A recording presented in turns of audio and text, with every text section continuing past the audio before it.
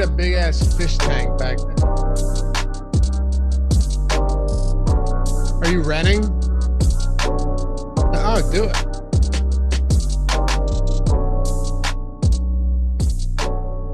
Yo, what's going on, everybody? Welcome to the Awesomeo.com NBA Deeper Dive. Had to check the sponsor here for a second. Presented by Odds Shopper. My name is Dave Loughran. Along with me is Adam Scherer at Ship My Money DFS on Twitter. You can hit me up at Loughy_D. I'm gonna start tweeting more again. Sometimes I just slack. I don't want to see what anyone has to say. I don't really have much to say. You're not the same. You keep a good presence over there on Twitter, Adam. Yeah, it's fun to just kill time and piss people off and get them to react. So yeah, I could probably tweet less, but it's entertainment. It lets you like blow off steam. Yeah, sure. I mean, what if social media just tomorrow didn't exist? Do you think you'd go through some form of withdrawal? It would take a little bit just to break the habit of like casually scrolling through my phone whenever like I'm bored. But within like 5 days, my life would probably be like infinitely better and more productive, right? Oh, for sure. But not even that. Just like watching Netflix or something and actually watching it instead of just like playing on my phone the whole time. God, how often do you find yourself watching a movie while on your phone, but not watching the movie on your phone? Wait, what? I'm saying watching a movie like on the TV, right, but then also being on your phone. Oh yeah, all the time. Like if I'm watching a show that I have to pay attention to or a movie that like I need to pay attention to, I end up like having to pause and rewind so much because it's just like, oh, I don't know what just happened because apparently I spent 3 minutes scrolling Twitter and not even like noticing. It's almost like an embarrassing feeling. Like, what am I doing? You know, because in the sense it's like you see miss 5 minutes, it feels like 30 seconds. And that's where you get sucked in right there. It's not a great feeling. Yeah, no, not at all. And it's just like a mindless habit. It's just like, oh yeah. And you've done nothing productive. Right.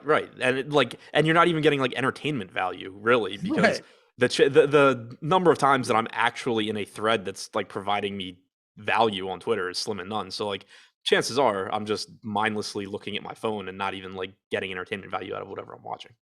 I know. I got to disable the whole screen time report on Sunday morning. Really ruins the rest of my weekend. I still have, I think I told you about it. I still have the like screen time limit on my phone for however many like hours or minutes, and just still every single day like ignore for the rest of the day. I finally got rid of mine because it would just be, at first it was like ignore for 15 minutes, then it's just ignore for the rest of the day. Yeah, I go straight to ignore for the rest of the day. But once in a while it does like almost screw me up for DFS because it'll like kick in and I won't notice it and I just won't be getting NBA alerts. And then that's it's like not 6:40 and I'm like, it's been really quiet. And I look and like Twitter's grayed out on the screen. I'm like, oh, that's why. Right. That's why you just blast past the notification. But yeah. Anyway, as you guys can see on the left side of the screen, on the sidebar, as we call it in the biz, we've got 12 games today, and that's a lot. So we're going to try and get through all of these in a timely fashion. Can't even say that with a straight face. And then we'll turn it over to the Live Before Lock crew coming up right after us. It's Greg. Oh, we got Gundacker today. Where's Eric at, Jordan? Vacationing? Masters, Augusta. Ah, okay. All right. Gundacker filling in with Greg Ehrenberg. They're taking you up till 7:30. Should be fun. Anyway, happy to have you guys with us. Hit that thumbs up. Let's get this over 100. We got 500 people in the house. Yeah, we got 25 to go before 100. That'd be a decent start. Early start today. No locks before lock. Not that they do me any favors in that category. And hit the thumbs or hit the subscribe button if you haven't done so yet. You want to join the channel, be part of the family. You can hit join down below too. Get the free super chats each month. Our boy Mock Wall iced up with the badge. Tony, I saw Steven, our guy, got the ice now. Jordan, get those badges. Those are the 12-month badges, the real upper echelon of the Awesemo family. But you get the free super chats each month, the custom emojis, the badges will always prioritize your questions and comments and chat along with our Discord members, all of that fun stuff. And thank you. We are up over 100 likes. It is time to start the show. All right. So biggest pending, let me ask you this, biggest pending news right now. Like obviously the Levine thing was pretty big. Look, we know LeBron's out and Davis is in. Are there any other big spots that we're waiting on that could shake things up? Jonas Valanciunas questionable for New Orleans in a really good spot against the Kings. That could change a decent amount of stuff in that game. Brandon Williams is questionable for Portland. That has a big impact because they have added bodies, but then if you take out Williams, they're getting pretty shorthanded again, and you would get some value there. Levine is not expected to play per Woj. Minnesota added Patrick Beverley to the injury report, so that has at least some impact. OG is questionable for Toronto. Half of Miami's rotation is questionable. And then there's like 7 o'clock games, but we'll get that. Okay. Let's dive into it. Oh, and by the way, Gundacker, guy is fun, man. Good analysis. I like watching that. I like watching Gundacker. It makes for a pretty good show. And he's got some one-liners that, everyone recycles the same shit in this industry. It's true, Jordan. I see you smiling over there. He's got some creative, original stuff, and I can appreciate that. I can appreciate originality. All right. We need a Gundacker badge. That'd be sweet. Or emoji. That'd be sweet. Philly and Indy. Let's dive into this one. Oh, last thing. How much value is there right now? Like legitimate value, assuming Levine is out too. Surprisingly little for a 12-game slate in April. I think part of it kind of seems like DraftKings at least has pretty sharp pricing today. I don't know if it's coincidental or because they have the 3K milli maker, if they tighten things up a little bit. But there are some spots that stand out as far as cheap value goes, but not nearly as much, at least right now, as you would expect on a 12-gamer on April 5th. I would agree. I really thought even by now more would open up, but all we've had is like Levine and Cole Anthony. Yeah, which does open up value, but like yeah. Yes, it's not to say there isn't value. You can still get to like whatever expensive guys you want to, but it's just not, at least so far, it's not one of those like, oh, there's 15 different $3,500 guys that project for 30 points days. I was gonna say usually it's like 2 full teams by now. Right, exactly. But guys like Trey Jones and Mo Wagner and a few of these other guys are gonna open things up. Really popular right now. When you've got a 58%er on a 12-game slate, it definitely shows you that he might be the one guy that's not priced appropriately. Because like you said, DraftKings has done a pretty good job with the pricing. So let's get into it. Philly and Indiana, Sixers, 11.5-point favorites on the road. We'll just assume that Brogdon's out for the Pacers, but kick it off with the Philly side of things. You can't really ask for a much better matchup for Joel Embiid. If you want, feel free to compare him to the other stars like Jokic on this slate and a very good matchup himself, but against the Spurs. But you can't ask for a better matchup. He's got a 33.5-point prop today, and we've got him projected for over 36. So, should be big things from Joe. Yeah, I've met 35.3 for whatever it's worth, so I'm there too. Phenomenal spot. Indiana is essentially a G League team. They have no sort of presence in their front court that you would expect to slow down Embiid. Not that most teams do, but Indiana certainly doesn't. Plenty of defensive stat opportunities too against a team that is just not very good. Should be plenty of rebounding opportunities against a team that can't shoot. Everything looks great for Embiid. In terms of comparing him to the other pay-up options, I do think that he's pretty much in line with other guys like Jokic. I think projects a little bit better, but also is a little bit more expensive. Embiid projects better than Giannis, but is also a little bit more expensive. Same goes for Kevin Durant. So I do think that everything kind of lines up where I expect to be paying a lot of attention to projected ownership for the pay-up options because, like, obviously I love Embiid, but if you say that, like, Embiid's going to be a lot more popular than Jokic, which right now they're both at 15%, I would gladly take Jokic and vice versa. Same goes for Giannis, who's at 14%. I think those three in particular are very similar. And, obviously we'll touch on pay-up options more as we get into the slate. But I guess long story short is that Embiid looks really good, but he doesn't, to me, look like better or worse than guys like Giannis or Jokic. Harden's shooting has been dismal lately, and like that can change at any moment, obviously. But tonight on this slate, it just feels like you don't really have to get there at all, even though it's a good spot. Yeah, it is a good spot. And if you're playing 150 lineups, you probably should be getting to some Harden. And certainly if you are, then there's nothing wrong there. But I think the issue you'll run into is that, at least right now, there is some value at guard. In particular, Trey Jones, as you mentioned, the highest owned guy on the slate, is a point guard. So that makes it a little bit more difficult to get to Harden. There's just a ton of guards in general. And I think that Normally, like, so I think it's going to be difficult, at least with the way value looks right now. It's probably going to be difficult to build lineups that have like Jokic plus Harden or something like that. And I'm going to prefer getting, if I'm only just going to one of, those two price tiers, I'm going to prefer getting to the Embiid, Giannis, Durant, Jokic price tier over the James Harden, Kyrie Irving price tier. So I think that's something that'll keep the ownership in check as well.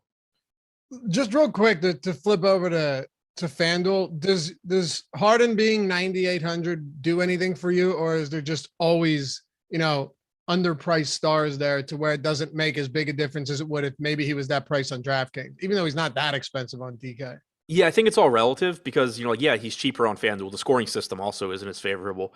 But for example, Kyrie Irving is $800 less expensive on FanDuel than Harden is. On DraftKings, I think Irving is a little bit more expensive going from memory, but I think he's 10.8. Yeah, I thought Irving was 10.8 and 10.6. Like yeah.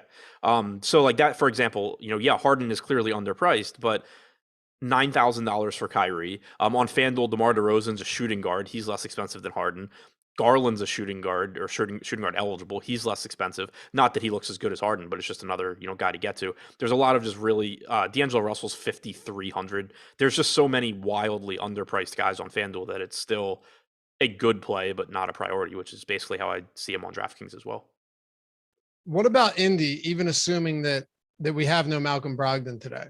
And yeah, I mean, assuming there's no Brogdon, this is still a difficult team to get to, especially if Goga plays and who's the other Q tag?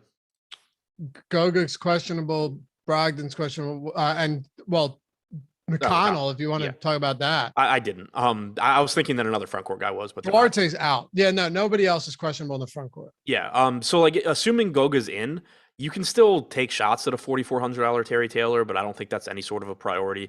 Buddy Hield should play a lot of minutes at 6,600, but I think there's also just going to be some other spots you get to before him. If Batadze is out, it makes, Taylor look a little bit better, Jackson and Jalen Smith look a little bit better, but that they're still competing with each other for minutes. You still have O'Shea Brissett back. So I think it's going to be pretty difficult to prioritize much of anything from Indiana, even if Goga's out, but especially if Goga's in. Agreed. All right. Let's keep it moving and go to Cleveland. 8.5 point. Actually, I think this moved a little bit. They're now 8.5 point, 221.5 total. Do you? I know you mentioned this morning that you do have some interest in fuck is his name, Garland. And sometimes it just happens. I my brain melted there. Too much Twitter. But do you have any concerns with the fact that, and maybe this is crazy, but that like you have a matchup. They've been playing massive minutes lately. Cole Anthony's out. Wendell Carter Jr.'s out. Suggs and Franz Wagner could be out. You could be down like 80% of your starting lineup. That this game is just one where maybe Garland doesn't have to play as many minutes. Like Rondo came back last game, played mostly backup point guard, and actually played a few minutes alongside Garland in the fourth quarter with LeVert off the floor. LeVert's been taking away some of those assist opportunities, but it is still a good matchup for Garland. I'm not saying that. I just wonder if there might be a couple red flags here. I mean, so I don't view it as a spot where I would expect Garland's minutes to come down if this game's competitive, and it is only an 8.5 point spread. But like I projected him for 38 minutes. I think that's reasonable because if this game does come down to the wire, you're probably getting 40 from Garland. Probably. If it blows out, obviously you can get less, but I still expect him to play a ton. I mean, the Cavs right now are the 7th seed in the East. They're 2.5 games behind Toronto. So, pipe dream of moving up and passing either Chicago or the Raptors to get out of the play-in game. So I guess I'm treating this like any other game that has, an 8.5 point spread where, yeah, there's some chance that it blows out. It's more likely to blow out than, other games that have smaller spreads, but I certainly don't think Cleveland's going to go into this game saying like, oh, okay, cool. Like let's plan to play Darius Garland 34 minutes or something. Do you want to target a lot of Cleveland then, or is this just kind of bits and pieces of all these guys in this spot? I think it's mostly bits and pieces. The one guy that does stand out to me, and I mentioned him in the DraftKings tournament plays video that I put out earlier, Moses Brown is only 4,800 on DraftKings. Now he's center eligible only, so there is a lot of opportunity cost, because not only do you have Embiid and Jokic on this slate, but you have Vooch, you have Gobert, you have Towns, you have Bam Adebayo, Pirtle. Like there's a lot of good mid-range centers in addition to the pay-up guys. But Moses Brown's a very productive point per minute guy, and it kind of seems like people might be overreacting to Cleveland's last game, where Brown dealt with foul trouble in both the first half and the second half against Philadelphia. Not overly surprising in that matchup either. Only played 20 minutes, didn't come back, didn't play at all in the fourth quarter, but we've seen in his starts, like when he first moved into the starting lineup, I expected him to average 20 to 22 minutes and basically never close games. But we've seen plenty of games where when he's playing well and he's not in foul trouble, he does get up to 30 minutes or 28 minutes. So at 4,800 and only 6% ownership, he does kind of stand out to me as just somebody that I think is going a little bit under-owned in a good spot against Orlando. Outside of that, Garland, LeVert, Markkanen, even Kevin Love at 5,700. These are all guys that I like in tournaments, but that individually I'm not, singling out as somebody that I expect to be like my highest owned players or anything like that. How many minutes on the other side of this one for Orlando with Cole Anthony out? Like I said, still waiting on two pretty significant pieces here with Franz Wagner and Jalen Suggs. But how many minutes can we reasonably project Markelle Fultz for? Because it just feels like at this point, no matter what happens, the rest of this team could fall off the face of the earth, and Fultz is the only point guard on the roster and somehow probably still doesn't play north of 26 minutes. Yeah, I mean, I still have trouble going north of like 22 because they don't really have any reason to give Fultz more minutes. Like, if they want to give Fultz more minutes, then that's one thing. If they just say like, okay, like we're at the point in his return where we're comfortable playing him 26 minutes, that's one thing. But they're not going to be forced into it by guys being injured. No, he hasn't played more than 22 all season. Right, exactly. So I think that's the distinction. If Orlando was planning on ramping him up to 26 minutes at some point between now and the end of the season, then that's fine. But I don't think they're going to have their hand forced by Cole Anthony and Jalen Suggs being out, because they're playing for absolutely nothing. It would be insane for them to say like, well, we planned on bringing Fultz along slowly and playing him 22 minutes for the rest of the year, but because we are shorthanded in a game that means absolutely nothing, we're going to play him 28 minutes and risk injury. Like, that's not going to happen. So if he gets more minutes here, I think it's just because that was part of the plan anyway. I haven't seen anything to suggest that's the case, and so I still don't see me giving him more than 22 minutes, even if Suggs sits also. Yeah, I don't see it either. There's just 0 point. Now, with that in mind, are you playing some Markelle Fultz? We've got him projected for around 19% today. What? That makes no sense to me. Yeah, it's just reading off a piece of paper, bro. That no, I'm not playing 20% on Markelle Fultz. What about that's where we got it. That has to be a mistake. At 19%, you would think so. Like, it's a 12-game slate. I thought maybe we had him projected for like way more minutes, and that's what was throwing it off. But like, we don't. We have him at 24. Oh, when I looked just now, he was at 20. Oh, because I didn't refresh. Yeah, I mean, I don't get it. We have him at 22, I thought. I just looked. Hold on. Maybe I was looking at old projections.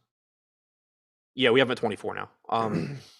So makes a bit of a difference. I'm good. Not that much. What about Wagner then? Just given Mo Wagner specifically, assuming that everybody else who's questionable is in. Yeah, so Mo Wagner I think looks pretty good, but he's still impacted by Suggs and Franz Wagner, because like if you look at the last game, Mo Wagner played around 28 minutes, but he didn't play any minutes alongside Chuma Okeke. There's still a path to him getting mid to upper 20s, even if Franz Wagner is in, but I'd feel a lot better about it if I expected Chuma Okeke to play alongside Mo Wagner, because I don't think you can just go into a game and say like, oh, okay, well, I think Okeke's going to play 22 and Mo Wagner is going to play 28 or something like that.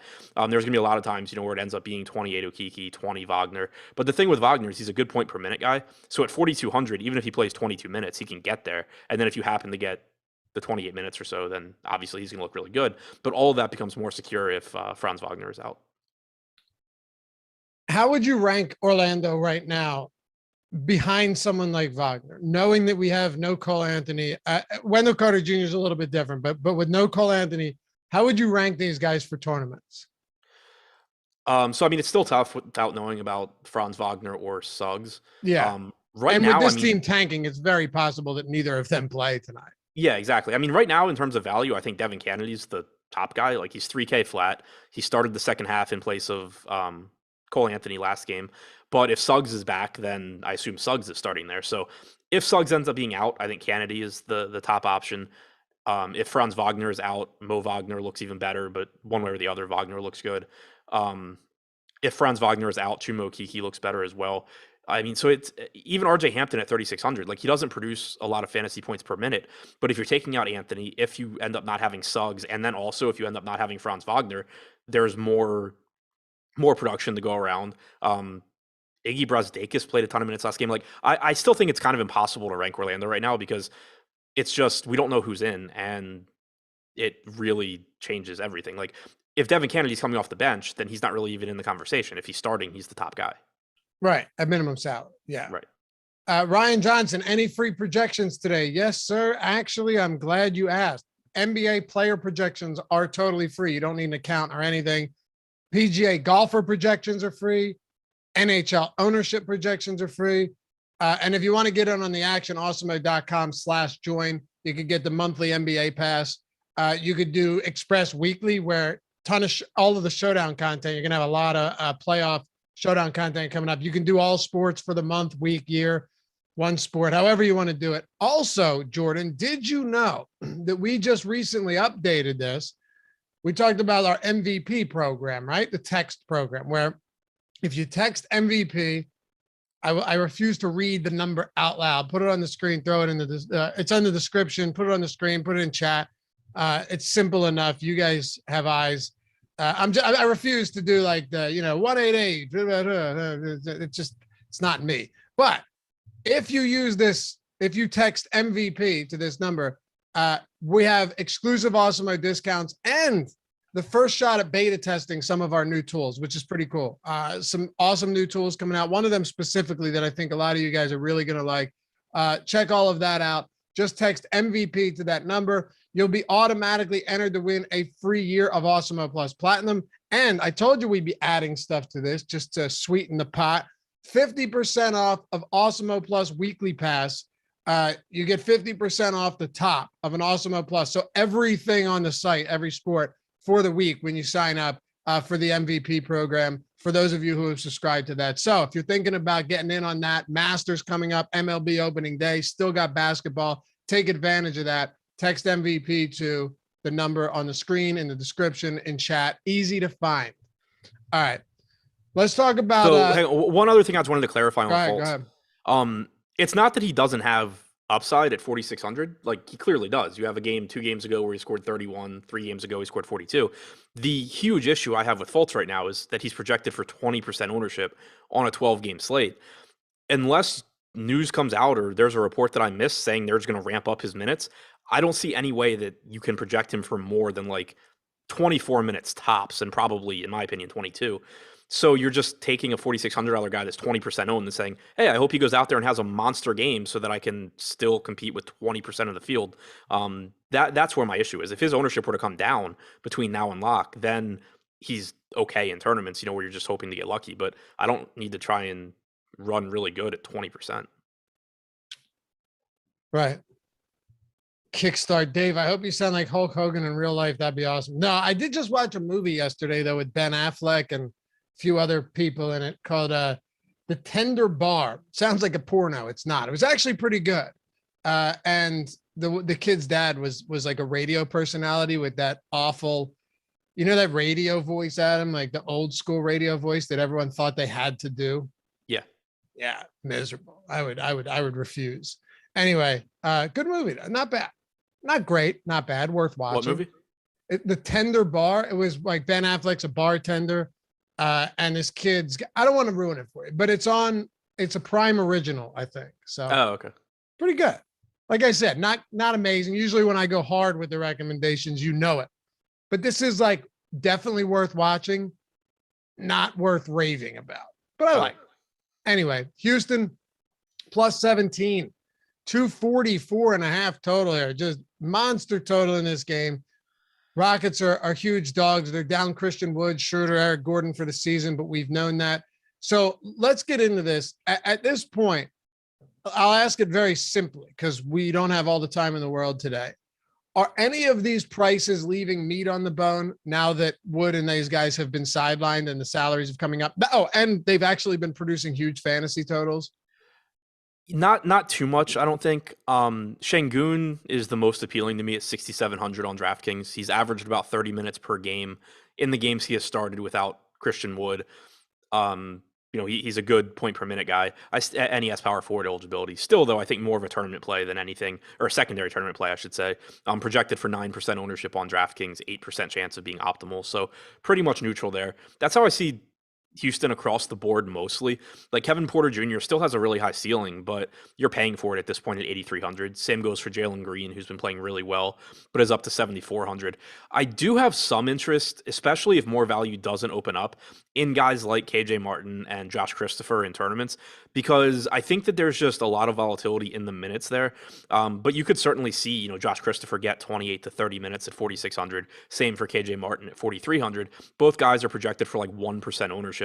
So like, for example, going back to the Markelle Fultz thing, if Markelle Fultz is going to be 20 times as popular as Josh Christopher, I will take my chances on Josh Christopher in lineups where I need that price point. And I think there's a lot of other guys that fit that as well. So that kind of just reiterates why I have an issue with Fultz's ownership. And then similarly, I think that mixing in some of the Houston guys in tournaments makes some sense, but there's not much that really stands out there.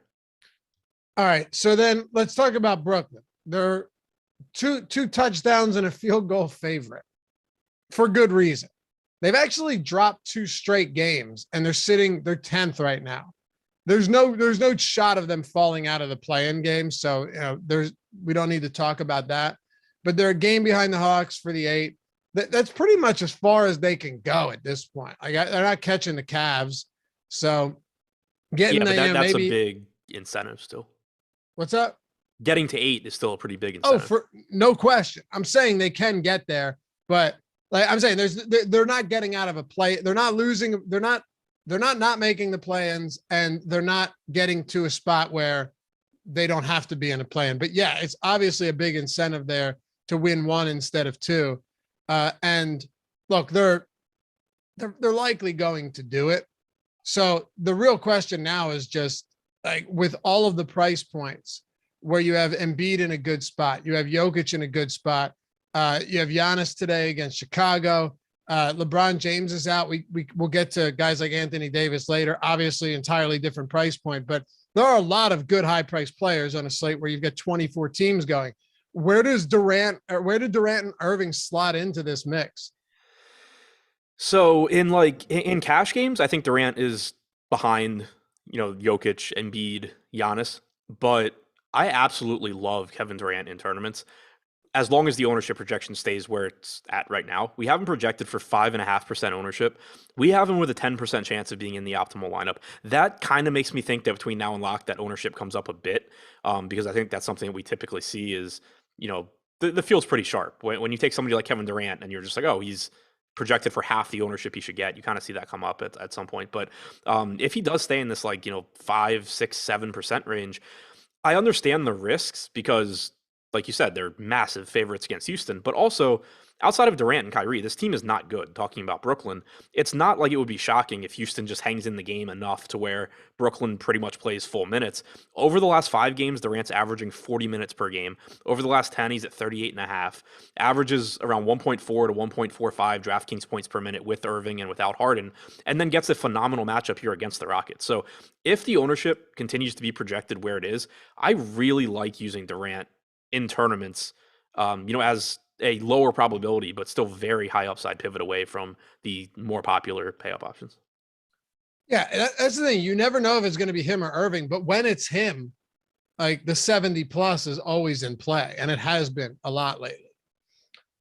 Yeah, and I think Irving is pretty comparable to James Harden, where he's a good play. I don't anticipate getting to that price range a ton, just because I would rather find 1,000 for Durant or 1,200 for Giannis or 1,400 for Embiid, whatever it may be. But if you do end up in that price range and need somebody, Irving certainly has a massive ceiling as well.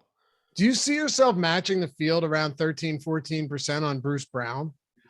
It wouldn't surprise me. I haven't crunched lineups yet, but I do have Brown just looking pretty good at 5,300 there.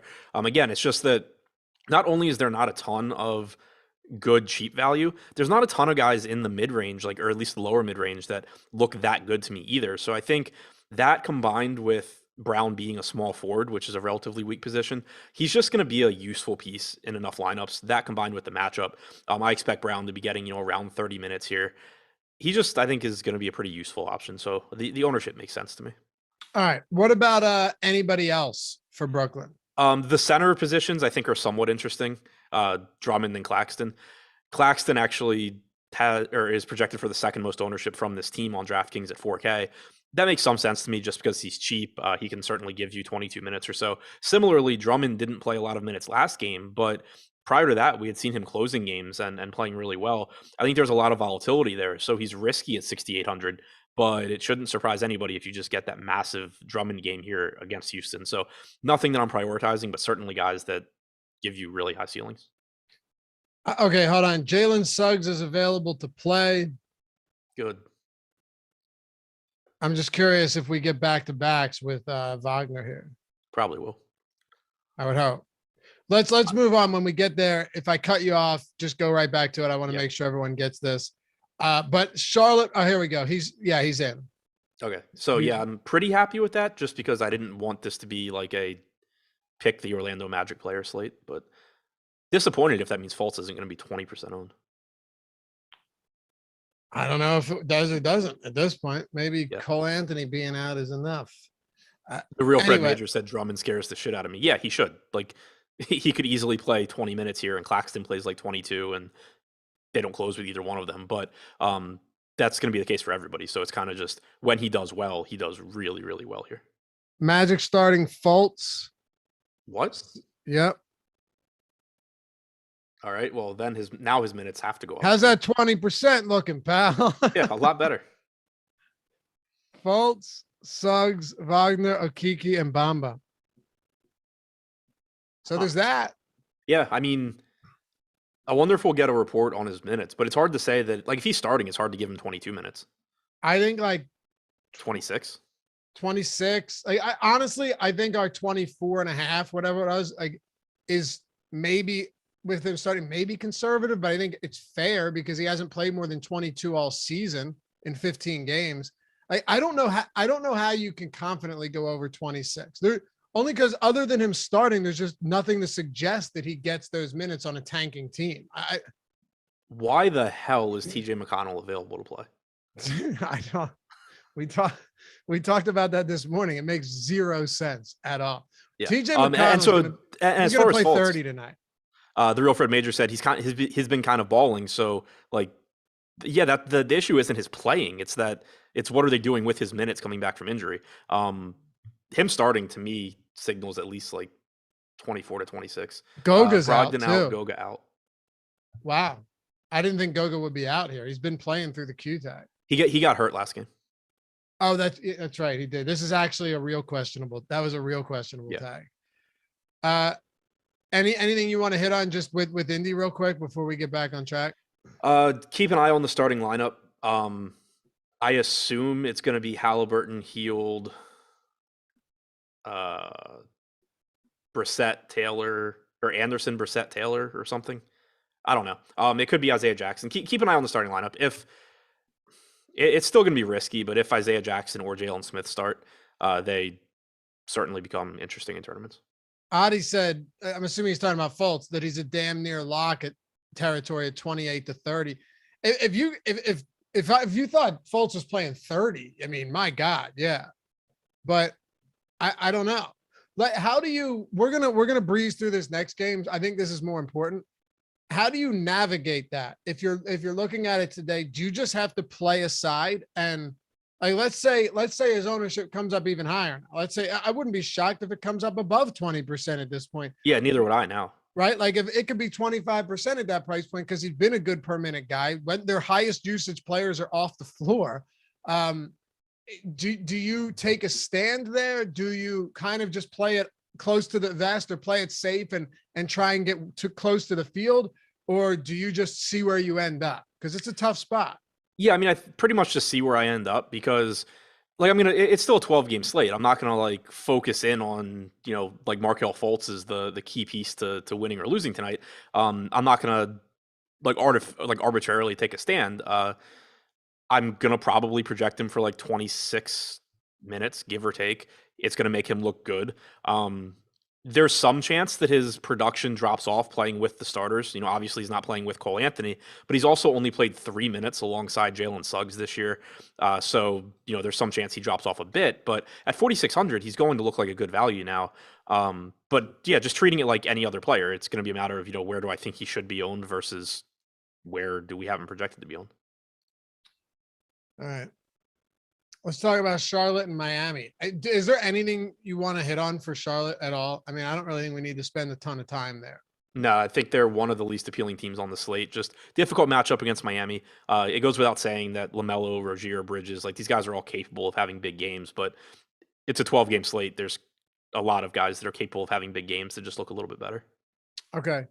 Do you assume that Max Strus is starting again for Miami? Yes, I do. Okay. I wouldn't see why he wouldn't be, but I think, it was surprising when he was, and I guess it should be the case again. Bam's a 1.25 fantasy point per minute guy this season. I can understand why he's getting some love. It's a really, really good spot. He's sub 8K. Strus is pulling low double-digit ownership. That's really it for Miami, just from an ownership standpoint, like in terms of guys, being even remotely popular on a big slate. I get Bam. Strus at 4,300. I'm assuming that probably comes down a little bit. Yeah, and I mean, it's going to be impacted too by what happens with the rest of the Miami guys because you still have a million questionable players. Lowry, Martin, Morris, Tucker, Gabe Vincent, all questionable. Dwayne Dedmon too, but he doesn't matter for this conversation. Like Strus, if all those guys are in, you're expecting 28 to 30 minutes from Strus. If you start getting a bunch of those guys out, you're getting even more. So it's kind of like if he's going to get 28 to 30 minutes, he looks solid at 4,300. It's a good matchup and all that. But if Miami ends up actually being really short on bodies here, he is going to look even better. Yeah, I don't know. Do you think those guys actually could sit? I mean, Tucker missed the last game. Vincent missed the last game. Yeah, I guess so. All right. I don't remember if Martin played. Who? Caleb Martin. Martin. He did not play either. Wait, well, no, actually, the biggest piece, Lowry seems like a legitimate questionable too. Yeah. So Caleb Martin did play last game. Yeah. He started and played 26 minutes.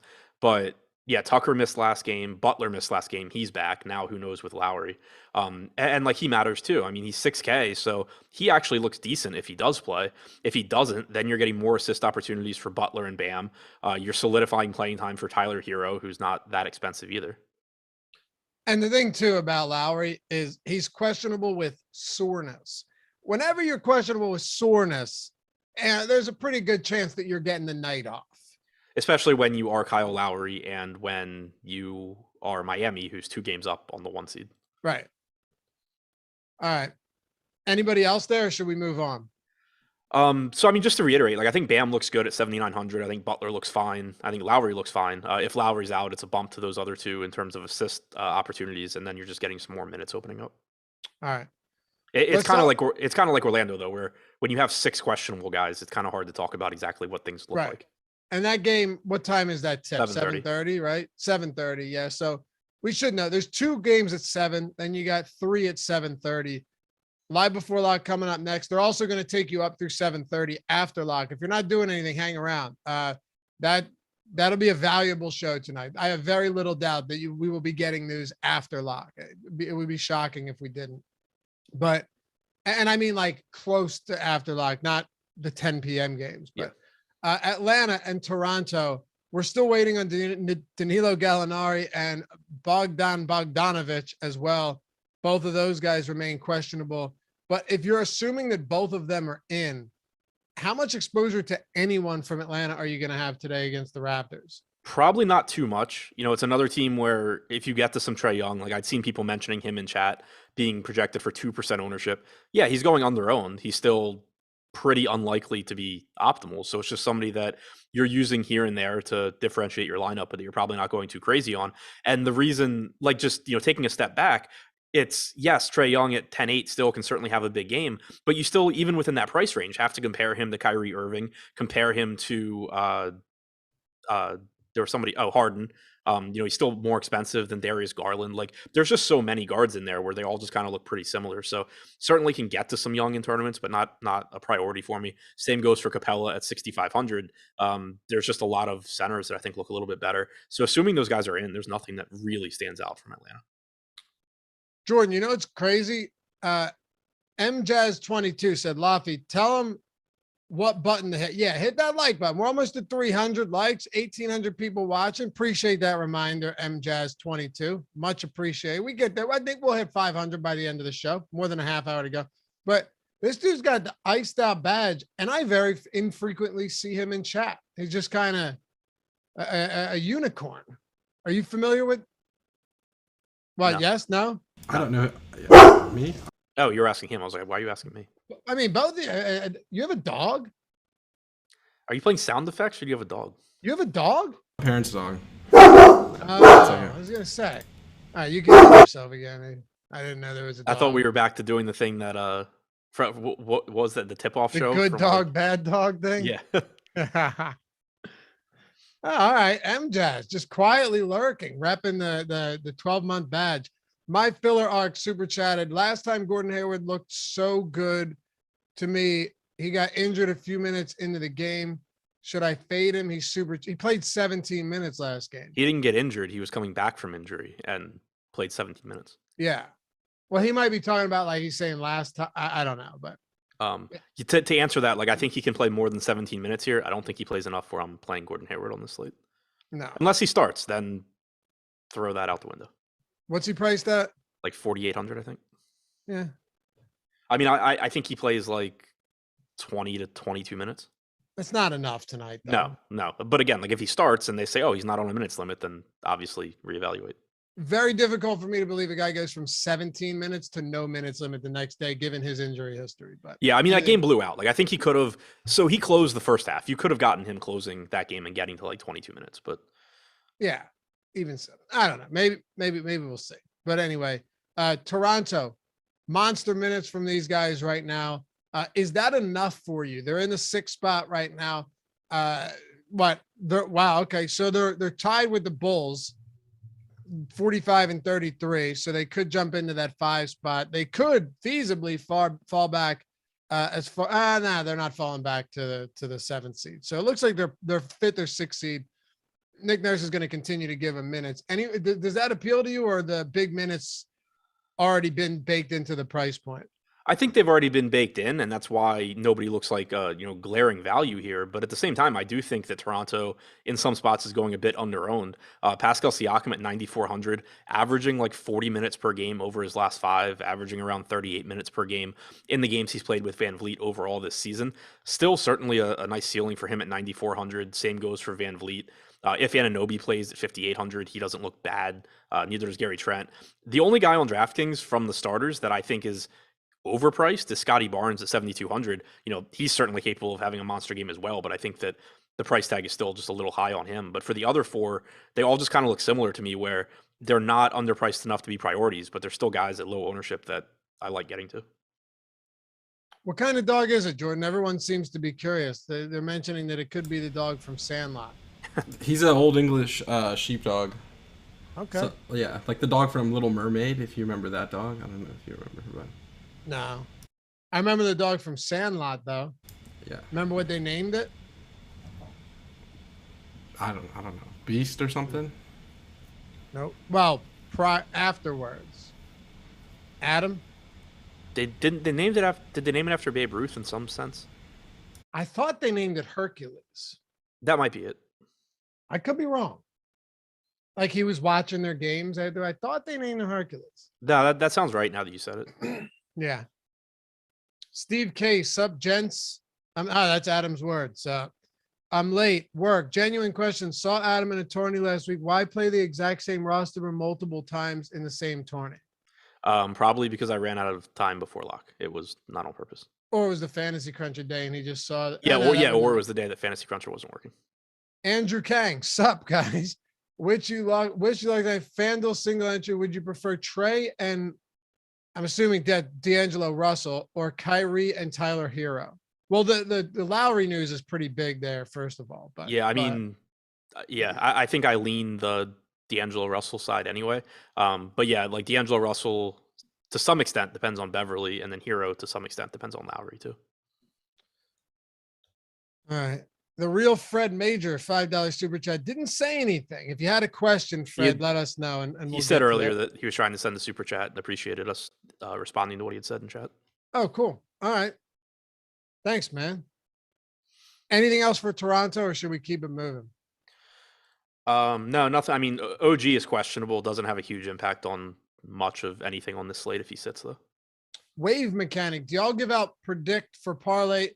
For parlay, well, we have Odd Shopper, which is has a parlay builder built into it, so you don't need to do anything. Oddshopper.com, it's free. You click parlay builders, and our best parlays are configured for you. You could do the 10x, you could do the chalk eater, where you got favorites. You could do the dog days, the prop party parlays, all of that, and you can just shop bets from everywhere. Find your bets from any book without having to do literally any work to find them. Whether you're just searching a player, or you're scrolling down, filtering by our top expected ROI, top expected win rates. Our projections are all right there.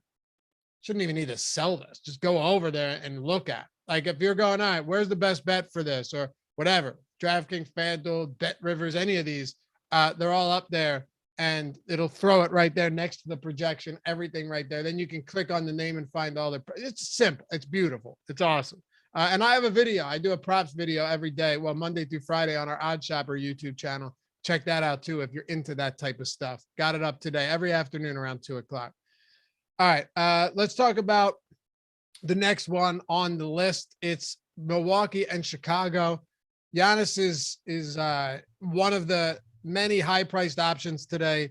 Let's just kick it off with him. He's probable. We expect him to play 230.5 total. They're 5.5-point road favorites against the Bulls. Is Giannis below Embiid and Jokic for you today? He's really similar. Like I think all three of those guys relative to salary are about the same. One thing that Giannis does have working in his favor, even though he projects a little bit behind Embiid and Jokic, is that he is small forward, power forward instead of being a center. So not only are there more spots you can roster him in, but also just less guys competing for that position. Like we've already talked about Moses Brown. We've talked about Claxton, Gafford. We have Vooch coming up. You have Gobert. We already talked about Adebayo. There's not nearly as many guys that we've talked about at the forward spots. So that makes Giannis a little bit easier from a roster construction standpoint. So everything considered, I think that they're all pretty similar. Right now we have Giannis projected for 14% ownership, 12.5% chance of being optimal. I think he's just a really good play. We just updated ownership. We have Fultz at 32% now. That's terrifying, but it at least makes sense now. 32% knowing he's starting makes way more sense to me than 20% assuming he was coming off the bench. For sure. It is terrifying. For sure. There's still plenty of guys you can pivot to, but yeah. Absolutely. Yeah. I mean, I guess, well, we'll get into these actually. So we'll get into one guard pivot in a second. There's 3 guard pivots in a second. Yes, correct. But I was going to say one that someone was just asking about in chat as a potential pivot off someone that I would recommend not doing that, but we could talk about it. First, round out Milwaukee for us, and then we can get to Chicago. Far more interesting team today. Yeah, for the rest of Milwaukee, I don't really have much of anything. Holiday's price tag came up. Middleton's came up. Giannis looks great. I don't see anything else from the Bucks. All right, so what we were talking about is with Chicago, you have, let's talk about the cheaper options first. Kobe White, Dosunmu, Alex Caruso. With Zach LaVine doubtful, not ruled out yet, but unlikely to play, is there a clear prioritization when it comes to these 3 guards? No, yes and no. I think Kobe White at 3,900, being less expensive than Dosunmu and Caruso is number 1 for me. Like he's the higher usage guy. I'm assuming he's going to come off the bench and, still get decent usage as a result, but then also probably play like 28 minutes or so. but they do still project similarly. Caruso at 4,500, I expect to play around 32 minutes. He's around a 0.8 to 0.85 fantasy point per minute guy. I expect the same from Dosunmu in terms of playing time, probably around 0.7 to 0.75 fantasy points per minute. So they all look similar in terms of value. I do think that Kobe White, who's also getting the most ownership of the group, looks the best, but it's not by a wide margin or anything. Are you willing to play 2 of the 3 in the same lineup? I don't love it, but I don't mind it, I guess. The thing for me is that, like, with it being a 12-game slate, I still probably am not going to want more than 2 or 3 guys from any team. And like, I expect a lot of lineups that I play will have one of DeRozan or Vooch as well. It's funny. The other day, last week, you had that good Pat Williams call, just like, hey, you could use him as a pivot off of bad chalk. And now chat's just been inundated with Patrick Williams talk. Do you want to play any Patrick Williams today? So I'm expecting him to start in place of Levine.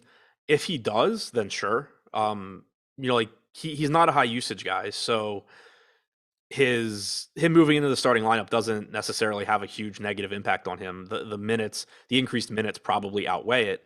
I would expect him to get like 30 to 32 minutes if he starts.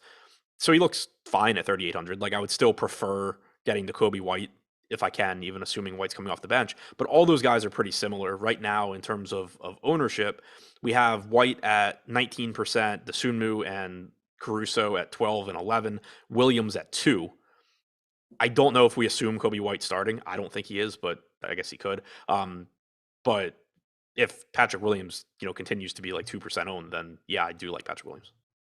All right, and we got to talk about DeRozan and Vooch here. I mean, 2 pieces that obviously Vooch is 7,700, DeMar DeRozan's 8,900. Both of these guys priced for somebody like Zach LaVine to be on the floor, and as we've mentioned so many times, they're all so similar when all of them are active, that when you take one of them off the court, it definitely makes a significant difference when they're priced this way. Yeah, massive bump in usage for DeRozan in particular, but also Vooch goes up a few points. You can expect 38 minutes or so from DeRozan. Vooch should play around 34 minutes. They were already, especially Vooch, was already underpriced. DeRozan was a little bit underpriced. Now they're just both standing out as clear top-tier plays. Both guys...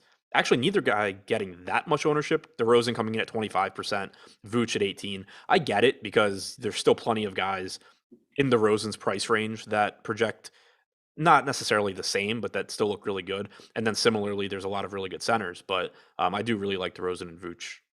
Anything else for Chicago? 2 top plays. No. All right, Washington, Minnesota, 12.5 point dogs. Wizards, 12.5 point dogs against the Timberwolves. Another spot, if you're just looking at the standings, Timberwolves could realistically jump into the 6th seed. It's possible. I was looking at this. The Jazz have 2 really easy matchups, and then they have 2 really tough matchups as well. Timberwolves have all 3 home matchups to close out the year. So it's unlikely, but it's possible. So I would expect all of these guys to get their normal run, potentially even more for someone like D'Angelo Russell. And now Patrick Beverley went from is questionable. It wasn't earlier in the day. But I think first, let's just talk about Washington first. We were right. Like, Rui's ownership has come down quite a bit throughout the day. At this rate, all of these guys in the single digits, and the only guy north of like 4,500, I guess KCP is up there, but Kristaps Porzingis is the only like high-priced guy on this option, and it's not remotely close to anyone else. Yeah, nothing really stands out here, and I think the ownership is coming in about how it should. There's a very high ceiling on Kristaps Porzingis. If this game's competitive, you're probably getting around 30 minutes. He's around a 1.4 fantasy point per minute guy. Pace up spot, all that looks good. But, again, there's just a ton of guys in this price range that look similar or better. And so it's more of just a secondary option in tournaments. And that goes for pretty much this whole team. There is some value to be had on Rui. Ish Smith's averaging around 24 minutes per game over his last 5. He's 4,100 and, certainly could play even more minutes and do really well. Corey Kispert's averaging 36 minutes per game. Not a great point per minute guy, but that's still a lot of minutes at 4,200. It's just that they're still mostly correctly priced. So it's kind of just, throwing one of them into lineups here and there and hoping for the best. All right. Then let's flip to the other side of this one. with Minnesota. I was just talking about the circumstances that surround them tonight. Is this one of these teams where like Russell's price has just come down enough to where even though he's been super volatile, it makes him more appealing today? And with him playing 35 and 37 minutes over the last two games, what do you think he gets tonight? And how much would Pat Bev's potential absence make? How much of a difference would that make for a low 6K D'Angelo Russell against a bad Wizards team? Yeah, I mean, Russell to me looks like one of the more underpriced mid-range guys on the slate. If you give Russell his like 30 to 31 minutes that he's played for a lot of the year, he'd still look underpriced in this spot. But like you were saying, with Minnesota a game and a half behind Utah for the 6th seed, there's a good chance that if this game doesn't get out of hand, that Russell's playing, 33, 34, 35 minutes. So I think you can, add a couple minutes onto that projection, and it just makes him look even more underpriced. Then on top of that, if Beverly sits, you can increase the assist percentage for Russell as well, and it makes him look even better. So I think he just looks really good. I think the rest of Minnesota looks good as well, just not standing out quite as much as Russell at that price point. Towns still has a very high ceiling at 9,500, but there is, tons of opportunity cost at that position. Anthony Edwards has a very high ceiling as well, but he's also $1,100 more expensive than Russell. So you can see how it's difficult to say he's a priority over Russell. It's more so somebody that you can pivot to at a little bit lower ownership. Jared Vanderbilt at 4,100 has a nice ceiling as well, but I think Russell's the easiest guy to get to, and then Towns, Edwards, Vanderbilt all look pretty good as well. If Beverly were to sit, then you probably get more minutes from Malik Beasley, probably get some more run from Jalen Noel. That's not guaranteed. Last game you only got 14 minutes from Noel, but you did get 28 from Beasley, who's 3,800. You want to move on to Portland and OKC? If we have to, it's got to be done, man. It's got to be done. That's the job. If it wasn't tricky enough, actually, that's not even true. It wasn't really tricky earlier. It was just kind of Portland. Now that we've kind of found now that the pricing has all kind of adjusted with everybody being out, it wasn't that tough. But you've got Brandon Williams questionable now, so might not seem like a big deal, but if he ends up, this is a great matchup against OKC. Both of these teams are dreadful. They're both tanking. They have zero incentive to win games, but you still have to score points and you still have to throw bodies out on the floor. If he ends up sitting, like, does Chris Dunn not potentially who's getting most of the backup minutes for Brandon Williams? Does he not potentially get a lot of minutes here and become another viable pivot off of someone like Markelle Fultz? Potentially, yes. The caveat there being Portland would still real have quick. Lowry's out. Yeah, Loughy out, Dedmon out, Tucker expected to play, Vincent expected to play. We can get back to that one after this one. Yeah, go ahead. Go with Portland. So yeah, I mean, Williams does matter because, like you said, Dunn has been backing up Williams. Has been primarily backing up Williams. The only thing that could hurt Dunn's playing time is if they just say like, we don't care, we're still going to play him 26 minutes or whatever. But if you were to get 28 to 30 minutes from Dunn at 4,800, he looks like another solid value, like you said, in the Markelle Fultz range. They have added Reggie Perry to the rotation. They've added Didi Lozada to the rotation. So they still have bodies. And then you also could get Elijah Hughes in there as well. He did not play last game, but as far as I know, like, he's not on the injury report. So he could get minutes if Williams is out. So I guess the point is, if Williams is out, it does potentially open up minutes for somebody like Chris Dunn. The thing you have to keep in mind, though, is that Portland is playing for absolutely nothing, and there's a good chance they just throw another body into the rotation for like 24 minutes. Yeah, absolutely. And it's also possible that because Chris Dunn means nothing to them, that he could play 33 minutes. So you don't really know. Yeah. But it would be an interesting spot because Brandon Williams is one of the few guys. It's like him and Eubanks are the only ones that can even reach 30 minutes on this team right now. So. Yeah, and I would expect Dunn, like, my guess is that Dunn would start if Williams doesn't. It's just that there's a lot of teams where, like, you can say if DeJounte Murray doesn't start, Trey Jones is. Here it's like, right. I'm if still Morant kind of doesn't guessing. Start, Tyus Jones, yeah. Like, Portland can just say, like, oh, like, Chauncey Billups can just have a bunch of names in a hat and say, like, oh, well, this is who's going to replace him. Yep. If he starts, though, you got to project him for around 30. Yeah, I would completely agree. Anything you want to hit on for Portland right now, assuming Brandon Williams is in? Greg Brown looks the best to me at 4,400 on DraftKings. After that, throwing some darts at Eubanks, Williams is fine, assuming Williams is in, but nothing that really looks like a priority since their rotation has gotten deeper. Greg Brown looks like the best value from Portland, though. What about OKC? OG is also out. Okay. Well, that rotation was, we saw what happened last game. Nothing it doesn't really, make a huge difference. Nothing changed. Birch plays like probably 15 minutes, and then all the other starters outside of Scotty Barnes get 40 plus. And he gets 35. And you get a little bit more for Boucher and Young, right, but probably not enough to matter. For OKC, I think they look a little bit better than Portland. They did add 2 guys on 10 days today, so I'm just mentioning that with the caveat that if they decided to play both of them, this rotation could get really ugly. But I'm assuming that you're going to get 32 to 34 minutes from Pokusevski, who looks good at 6,700. I think he's the top guy from OKC. Isaiah Roby should play around 30 minutes, barring foul trouble. He's about a fantasy point per minute guy in a really good matchup at 6,800. Don't mind getting to him in some tournament lineups. Teo Maledon's gotten priced up enough where he does still have a really high ceiling, but it's pretty difficult for me to get to. Guys like Vic Krejci and Aaron Wiggins, I think, are decent values, assuming they're going to play 30 to 32 minutes here. But I also think that we're just getting enough other stuff opening up that you're not going to need them that much. All right. So mostly Pokusevski. Yeah, mostly Pokusevski. All right. Which, like right now we have Pokusevski projected for 29% ownership on DraftKings, and the next highest is Krejci at 10%. So I do think 40 or 4.5% on Roby is a little bit low, but outside of that, it's just kind of Pokusevski looks like the clear priority to me. So let's just real quick circle back here with Miami, and then we can knock out these final games. What is with Kyle Lowry out? Everyone else is expected in, right? Unless other than like Dedmon, everyone else is in, right? Right. So Yurtseven should just get the Dedmon minutes. Yeah. So with Lowry sidelined, does this boost anyone up enough to where they become a very good play? I guess it kind of depends how you want to define that. Because like I already thought Bam and Butler were good plays, and then now they do look a little bit better without Lowry, but he's still not a high usage guy. So you're just kind of talking about assists for them. You're talking about more minutes probably for Tyler Hero.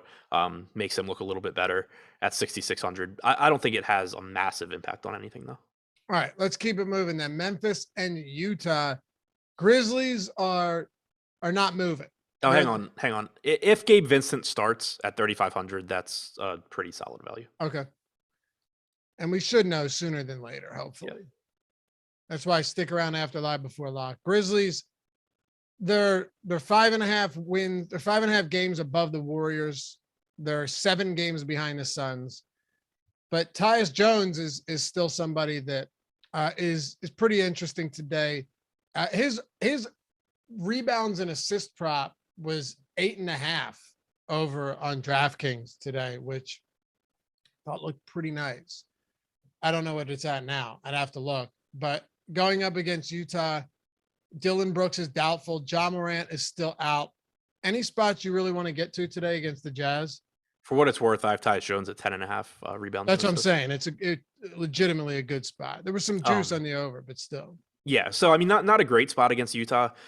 There is opportunities to go around without Morant, without Brooks, but prices have come up as well. So I think Tyus Jones at 6K looks fine. He's leading the way at 4.5% ownership on DraftKings. Desmond Bane has a very high ceiling at 7,400, but I think it's still difficult to prioritize him.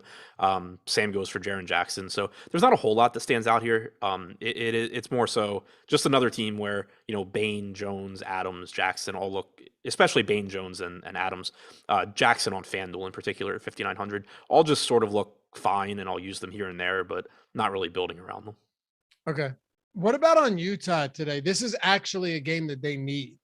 Yeah, Utah is really appealing to me. The only thing that makes it kind of difficult, and we actually just got a super chat asking from Goody, asking if you're looking to Donovan Mitchell as a priority in that price range. Yes and no. I think Donovan Mitchell looks very good, but you also have CJ McCollum, you have Brandon Ingram, you have Rudy Gobert in this game at 8,100. You have other guys that I'm pretty sure I'm forgetting about in that price range. So just the sheer number of guys still makes it so it's tough to say, oh, I'm going to play Donovan Mitchell everywhere. But you can expect a lot of minutes here. Gobert played 37 minutes last game, even with Whiteside back. I think on average, you're probably getting around 34, but certainly can play more. Donovan Mitchell only played 32, but on average, I would expect 34 to 35. Mike Conley played 35. He's a point per minute guy that, from a projection standpoint, I think 32 is pretty reasonable at 6,200. Even Clarkson and Bogdanovich, I think, have the potential to do well. So Mitchell and Gobert are the clear top guys for me from Utah, but Conley, Bojan Bogdanovich, to a lesser extent Jordan Clarkson, I think are all in play too.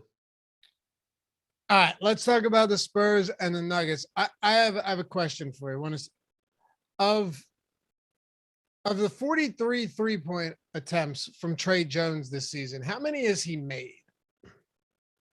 18. 7. 18 was a horrible guess. It was either going to be like 30 or 7. Right. Yeah. Why would I give you like a 40% or whatever, like 45 or whatever that is, 43. I'm not great at math. Yeah. 7 for 43. He's a 16% 3-point shooter this year, which is just outlandish, but it doesn't really matter because, he's rebounded well in these starts for DeJounte Murray. He's a good facilitator, 30+% assist rate in these starts. There's no Derek White, not a great score, only 15% usage rate in those circumstances, but he's going to play big minutes. If you look at the props for assists for the Spurs, I just want to give you an idea of how few playmakers they have on this team. Nobody else was above 2.5 today as far as assist props for this entire Spurs team outside of Trey Jones. I don't have anybody projected above 2.9. Right. But that's exactly what I'm saying. Like, who else? It's not Keldon Johnson, right? It's not Lonnie Walker. It's not Devin Vassell. Like, Jakob Poeltl's probably the second best passer on this team right now. Yeah, I mean, I have Jones for 7 assists, and then 2.9 for Vassell, 2.8 for Richardson, 2.6 for Poeltl, 2.8 for Johnson. Right. And by the way, Goody, thank you for that super chat, man. $20 super chat. You answered it, right? I was trying to do a couple things at once. I think like I hadn't completely read it yet.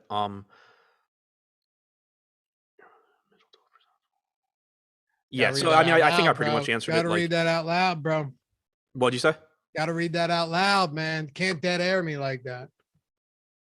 Yeah, okay. Well, got a job to do. I think I pretty much answered it. Like, he is a good play. It's just tough to call him a priority when there's a bunch of guys that look the same. Got you. Okay. And solid super chat etiquette. Everyone could learn from our pal Goody.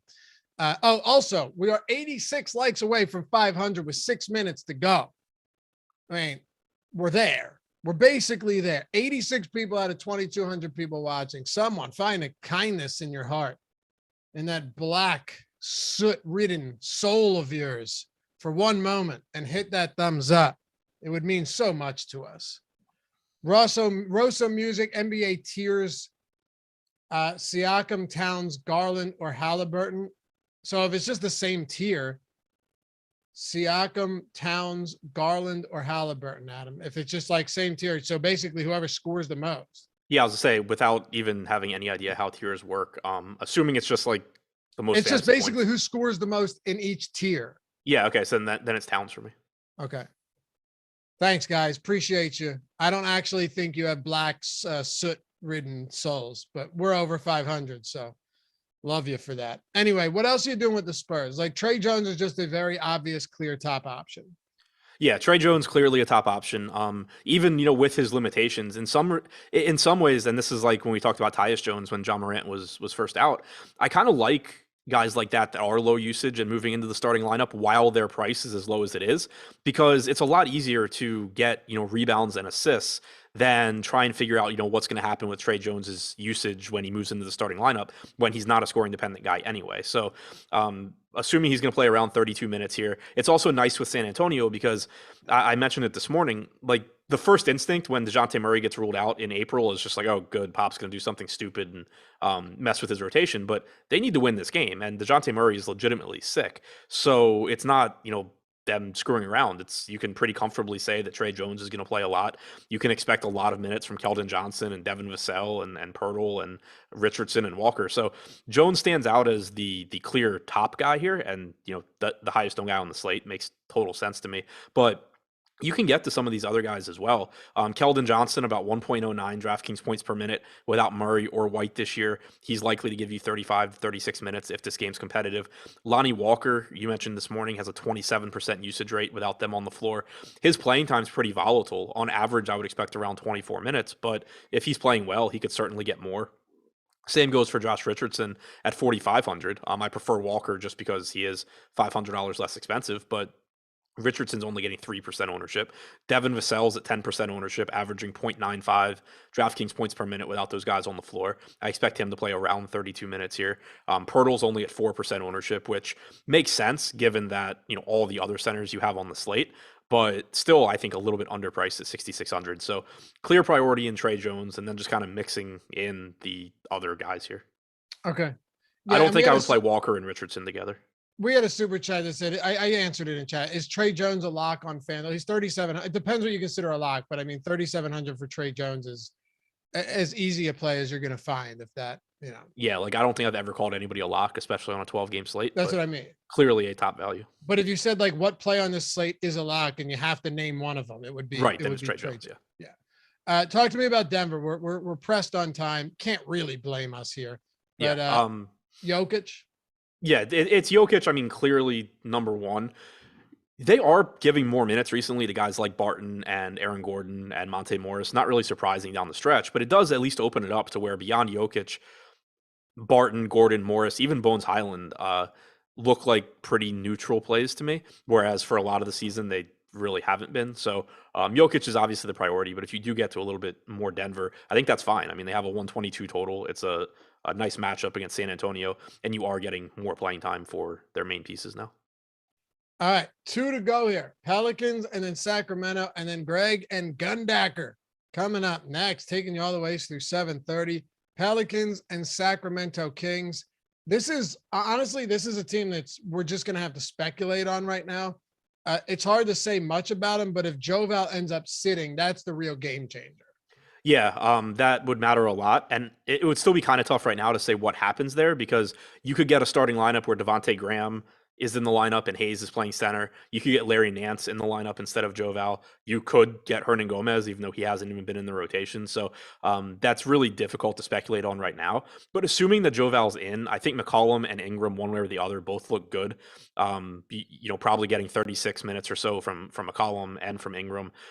Both guys are productive even when the other is active, and it's a very good matchup against Sacramento. So these are two other guys in that Donovan Mitchell price tier that look really good as well.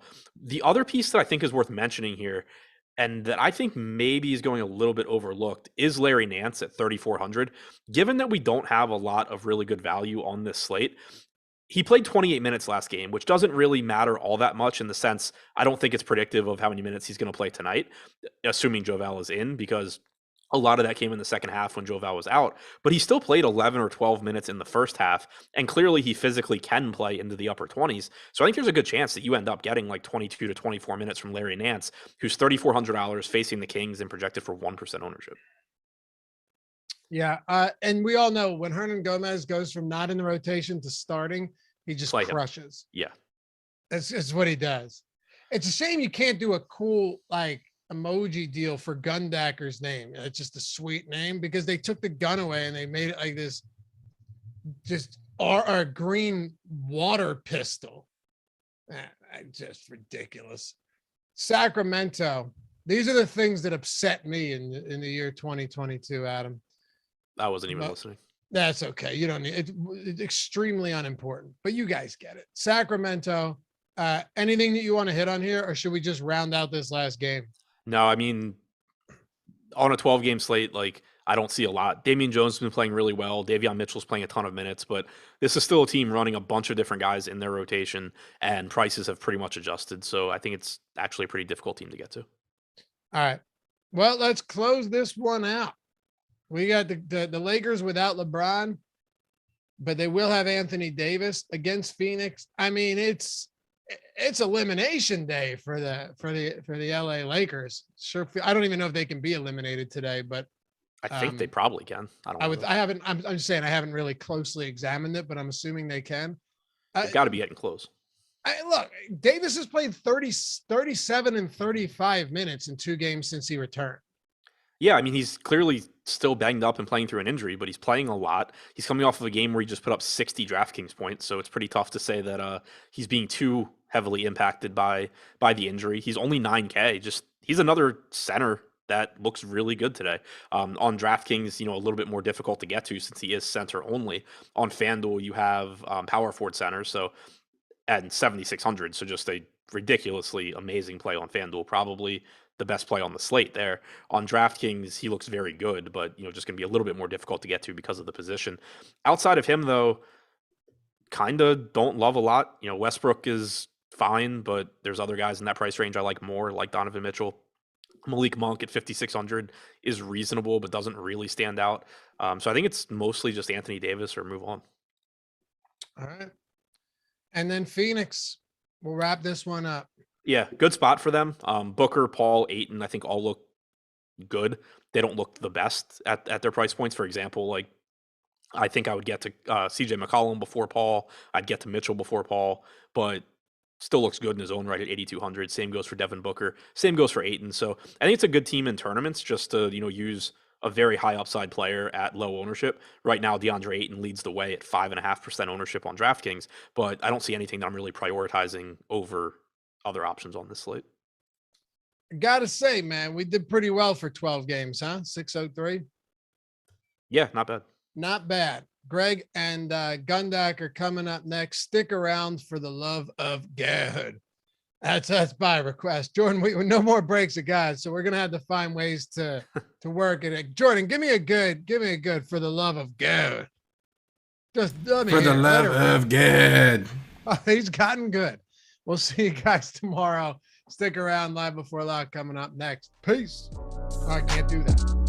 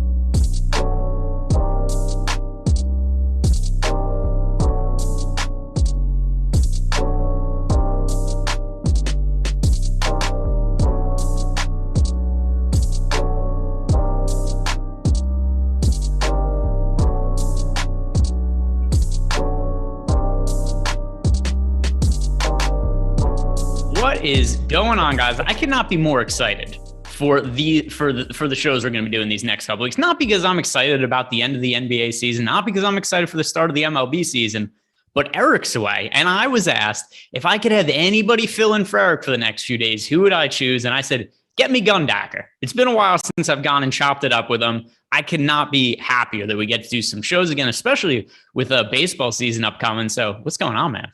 I'm happy. I'm always appreciative, and I love doing shows with you guys. But man, every time I'm on live before lock, I don't know how you guys manage these lineups under the pressure. So I'm challenging myself to get that done and not miss my CSV on the first lock. Also, the camera issue where we came in, which actually your camera issue saved me because I had to go to the bathroom and I didn't even know I was going to have to go to the bathroom. But I would have been in a situation where I would have had to sit here for an hour and a half thinking I'm going to have to pee my pants. But because we were trying to get your camera situation figured out, I had a couple minutes to go to the bathroom. So all good. Do us a favor, guys. Like the video, subscribe to the YouTube channel, show Gundacker some love for hanging out with me on Live Before Lock, filling in for Eric, and end of season NBA where usually there's a big hustle, but we kind of have most of the injury news right now. We've got Jonas Valanciunas is questionable. Brandon Williams is questionable. Bogdanovich is questionable. Beverly is questionable. Gallo is questionable. Relative to 12-game slate. I mean, it's not all that bad. What are your just overall overarching views on what's going on tonight? I mean, it's last week of NBA chaos where we are rostering. So I expected to roster a lot of value. I didn't expect it to be on a team that needs to win like the Spurs.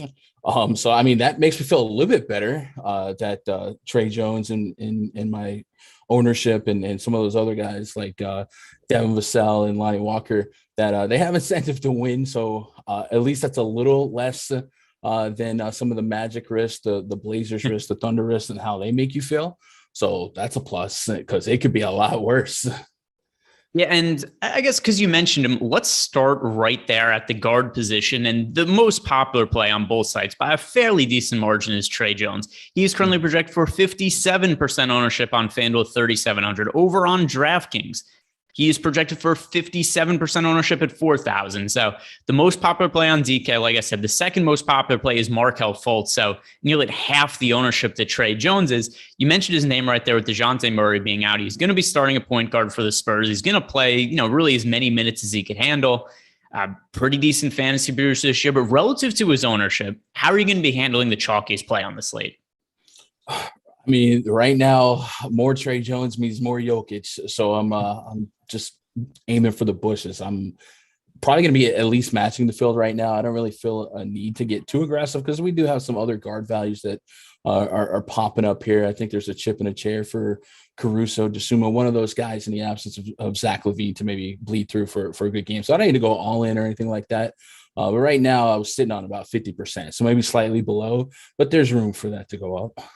Yeah, and I'm a little bit overweight to the field on Trey Jones right now. Obviously, that could be subject to change if more injury news pops up, but I think he's a really good value play. I think he's kind of difficult to get away from on both FanDuel and DK at his current ownership.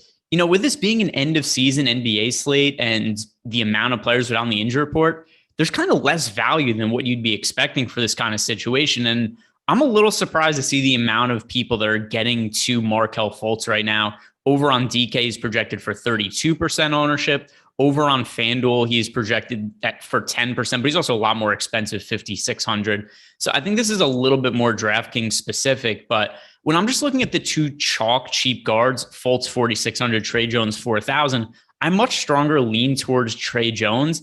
And I kind of struggle to see the upside in Markelle Fultz, considering he hasn't been playing that many minutes. Is there something I'm missing here with Fultz? Because I get that the Magic are resting guys, but I'm finding it hard to expect to project him for at most. I think you project him for 24 minutes. Anything beyond that, I think, is a little bit crazy to me. I think that caps his upside. Are you with or against the field with all this Fultz ownership? I was at first, he wasn't even in my pool. I'm with you. I looked at it. I was like, did I miss a minutes restriction getting lifted? And then I saw Jalen Suggs will play. And I was like, I don't understand that one. So I'm way against that number. It just seems like we're paying for a glass ceiling in minutes. And he has shown an ability to be ridiculously efficient for points per minute for fantasy. But I mean, that's just it feels somewhat unsustainable. And really the best case scenario at 4,600. So I'm with you. I'm on the other side of that. Yeah, so I think we see that the same way. And, I don't have him projected poorly. I have Fultz at, let's see. So I gave Fultz, 24 minutes. That gets him to mid-20s fantasy points. But that just doesn't make him worth the 32% ownership to me, relative to some of the other options we have here. So we do have some super chats right now to answer, but I just wanted to start by talking about some of the most popular plays on the slate. First, super chat from Rozo Music. He's asking us a tiers question. Kevin Porter Jr., Gobert, Van Vliet, Paul, or Middleton? All right. So do you want me to read you those names again? So KBJ, Gobert, Van Vliet, Paul, or Middleton? Yeah, I'm just going to sort right now by my projections and see which of these guys come up first. So we're on the same tier. Kevin Porter Jr., Rudy Gobert, Fred Van Vliet, Chris Paul, Chris Middleton. So in my projections, I think Gobert and Van Vliet are holding hands. And I'd probably give the edge to the center, especially in a block-centric matchup. The Grizzlies, with and without Ja Morant, have led the league in blocks a lot per game. So I kind of like that. If it's a FanDuel question, I like that. But at the same time, I'm liable to just go grab Jokic for 20 more. So if I had to go one or the other, go Gobert. But on DK, it'd probably be Van Vliet. Yeah, so it's tiers, so it's just position doesn't matter, nothing else matters. I've Gobert projected the highest, so that will just be my answer. With that said, I view him, Chris Paul, and Fred Van Vliet fairly close, which I guess is the point of tiers, right? All the guys should be in the same tier, should be projected and priced fairly similarly. If you look at the standard pricing, we got Gobert's 8,100, Chris Paul 82, Fred Van Vliet 81. But I do have Rudy Gobert like 0.3 of fantasy point higher than Chris Paul and Fred Van Vliet, so that'll be the tiebreaker with me, and I will go with Rudy Gobert there. We just have some news come in. We have Jaden McDaniels is available to play. Jalen Suggs will be playing with a minutes limit. We've got Patrick Beverley ruled out. So just kind of going piece by piece here. First, starting with Jalen Suggs. We just talked about the merits of Fred Van, or not necessarily the merits, but maybe with Markelle Fultz, you and I both like him less than the field does. Does Jalen Suggs being on a minutes restriction change that at all? And I'll just start by saying to me, I still don't think we're going to see like 28 minutes out of Markelle Fultz or anything. Yeah, that's so, like, correct me if I'm wrong, but I just assume Fultz has been restricted until he's not. And there's even less reason for him to play deep minutes in a meaningless game, just coast until next year starts. So I'm unless there's been coach speak, which is, not necessarily trustworthy anyway. I can't imagine the Magic, who have been full tank moding for a week now, change the game up and, risk Fultz playing deep minutes. Yeah. And I mean, the other thing too is Devin Kennedy good? No, most likely not. We don't know. I'm not going to pretend that we know that much about Devin Kennedy. I'm not going to put words in your mouth, but I'm going to assume you don't know the entire backstory and full history of Devin Kennedy. But the last two games, he's played 30 and 29 minutes. I mean, I think that he's still somebody who's going to play a good chunk of minutes, even with Suggs playing limited minutes. Fultz is, in all likelihood, going to play limited minutes, just pulling up Fultz's game log here. But just because we're getting limited minutes out of Jalen Suggs doesn't mean all those minutes go to Markelle Fultz, because Fultz's minutes the last three games, the most he's played all year, is 22 minutes, 20 minutes, 21 minutes. Even trying to be aggressive and giving him 24, he still doesn't look like somebody warrants being a third of the field's lineups, at least not to me. So this isn't going to change all that much as far as the Magic go. The other piece of news here was Patrick Beverley being ruled out. Does that matter to you at all on a slate of this size? Yes. FanDuel. I don't know if you copped the Timberwolves prices on FanDuel. They're kind of ridiculous. So I think that helps me out. It helps me feel a little bit better about D-Russ. I was looking for that for prop betting for D-Russ assists anyway. But just across the board, I think D-Russ has a lot of meat on the bone now. And Cat's probably far too underpriced, but a center only, I still think if you win the position by 10 to 20 more with like a Jokic or Embiid, it wouldn't be as staggering of a miss out. But yeah, without Beverly, I could really get to some 6K ish and less D'Angelo Russell. Yeah, I think that totally makes sense. And even before looking at my FanDuel build that I had, and this was with Patrick Beverley in, I was still getting to exposure of D'Angelo Russell, particularly at 5,300, Anthony Edwards at 7,000, Cat is only 8,300 on FanDuel. I know that individually he isn't going to be impacted that much by the absence of Patrick Beverley, but I just want to point out that to what you said before, there's broken prices, at least on FanDuel on these Minnesota Timberwolves players. I have no clue how these guys have gotten to be so cheap. I guess Edwards is a little more reasonable considering some of his struggles. 5,300 for D'Lo, who's going to benefit without Patrick Beverley. 83 for Cat. Those are just incorrect price tags. Those are two guys that are both fairly high priority plays for me.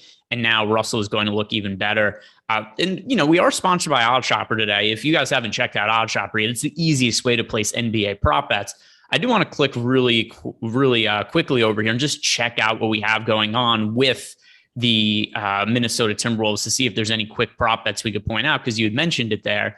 And let's see, here we go. Minnesota Timberwolves playing against the Washington Wizards today. D'Angelo Russell, his over-under for assist was 7.5. Is that a number that you like going over now that Patrick Beverley is out? Yeah, I think double digits assists is realistic. I liked it better at 6.5 a couple hours ago, but 7.5 is still beatable. Yeah, one number that I'm going to point out here when it comes to D'Lo, the over 2.5 threes for him is set at 2.5, but it's plus 135 on the over. I think 2.5 is a pretty accurate number, but it should be like minus 110 on both sides, not plus 135. So I'd be inclined to take an over on D'Lo there, and that's a number that looks even better now that Beverley has been rolled out. So let's catch up on some of these super chats that we have now. Oh, never mind. Zach LaVine rolled out. I thought we were going to catch up on super chats. Never the case. We kind of expected that, right? Yeah. So Zach LaVine, this point of the year when it comes to the Chicago Bulls, the Bulls, even though they've struggled in the second half of the season, we know that they're fairly secure somewhere in the middle of the Eastern Conference in terms of their playoff seeding. And also LaVine for, I don't know, what's been like 2 months now, he's been dealing with knee soreness. He's missed a handful of games because of it. Once he got downgraded midday because he was listed as questionable, it seemed fairly likely that he was going to sit out. What is the trickle-down effect of LaVine not playing, both in terms of value and what can we expect from a usage standpoint for guys like Derozan and Vucevic? So I think it comes down to what they roll out as a starting lineup. I would assume Caruso and Awesomeo continue to start together. So matter do they move Derozan up and maybe get Javonte Green or Patrick Williams in the mix? I can't imagine that they would put Kobe in there and just go crazy with the all guard lineup. So if we move Derozan up to a little bit more wing action, I think he'll obviously lead the team in shot attempts and usage and whatnot. But I guess the Javonte Green versus Patrick Williams in the starting lineup would be what I'm looking for. Yeah, and even if Patrick Williams comes off the bench, he's played pretty well so far this year, and he's only $3,800 over on DK. It's a slate where there isn't that much value available to us. And we've seen some of these games where he comes in, he racks up fantasy points pretty quickly. Now, over at FanDuel, 4,400 I'd still say is a playable price point, but the 3,800 to me is pretty appealing on DK, whether he starts or comes off the bench. So Patrick Williams, even if he isn't the guy who starts, I still think he's somebody I want to get to. More usage goes to Derozan, more usage goes to Vucevic, more playing time for Caruso. So those are four guys that I'm going to want to get exposure to. And then even Kobe White a little bit off the bench. The Bulls are not a team I target a whole bunch when everybody's active, but this is a game, against a rival in the Milwaukee Bucks where I could see the Bulls trying to push the minutes a little bit for their core guys. And there are guys that I want to get exposure to that I probably wouldn't have if LaVine was in. Do you think all of those guys warrant, if you're playing 150 lineups, getting at least some of them in? I don't think any of them are necessarily really high priority plays, but guys who are like, 10%ers, 15%ers or so. Yeah, absolutely. And a little bit of a pivot to some of the trendier guards. I mean, in a way, I feel like one of Awesemo Caruso feel like a better play than Fultz. Like I could see one of them completely busting. Caruso definitely has bust potential. But yeah, I like those two. I also say we have seen them start Tristan Thompson randomly, and it has happened against the Bucks. So they could twin tower their front court. All of a sudden, I look up Jordan getting attacked by a dog. I don't know where the dog came from. I don't know if it's Jordan's dog. I didn't know he had a dog. Yeah, I don't. Jordan, what's going on over there? Nobody could hear you. I'm watching my parents' dog, and he's an absolute maniac. So. Oh, is he the one with he's the spoiled dog with the really specific diet? Okay. Do you want to? Can you show the audience your dog on camera, or is he won't. He's not obedient like that, so he will not. All right. It just threw me off. All of a sudden, I look over and it's like, oh, there's a dog attacking Jordan. Some super chats to get to now that Jordan's situation has died down a little bit. First from Michael McKinney, who are the 2 best payups and the 3 best values on FanDuel, not named Tyus Jones? So I'm going to start with the 2 best payup options. I think are Anthony Davis 1. He's not even a pay-up on FanDuel. That's true. I mean, I still consider him though at 7,600. We still have to put him in the category of pay-up, I guess, though, right? I expected he could be a top 5 scorer in fantasy points. Yeah. So, I guess, yeah. And then Cat is going to be the other one for me. I know that that's almost not really a pay-up option for Cat either. And I always love Jokic at 12,000, but an 8,300 price tag on Towns is just pretty egregious. So, I mean, both those guys are players that we typically see priced over 10K that just aren't right now. But Anthony Davis and Karl-Anthony Towns, to me, are the guys. Do you see anything differently? Yeah, I mean, obviously, I got Jokic leading the slate in raw points, and if we're gonna have enough value to go get him, I'll go get him. I'm in full agreement with Cat being broken in price. AD's broken in price, so I'll take the meat on the bone for them. But I also feel like on FanDuel, sometimes you just win the position. And if Jokic can lead the pack by 10 plus fantasy points, which is not an outlandish range of outcome tonight, and we can use Trey Jones and some of the value that's opening up elsewhere, I'll just take those extra fantasy points. But I think AD and Cat per dollar look like incredibly egregious misprices first and foremost, but great plays altogether. And then the second part of the question: who are the 3 best values on FanDuel who are not Trey Jones? So if we're taking Trey Jones out of the picture, Caruso is one of them for me, now that there's no Zach LaVine officially.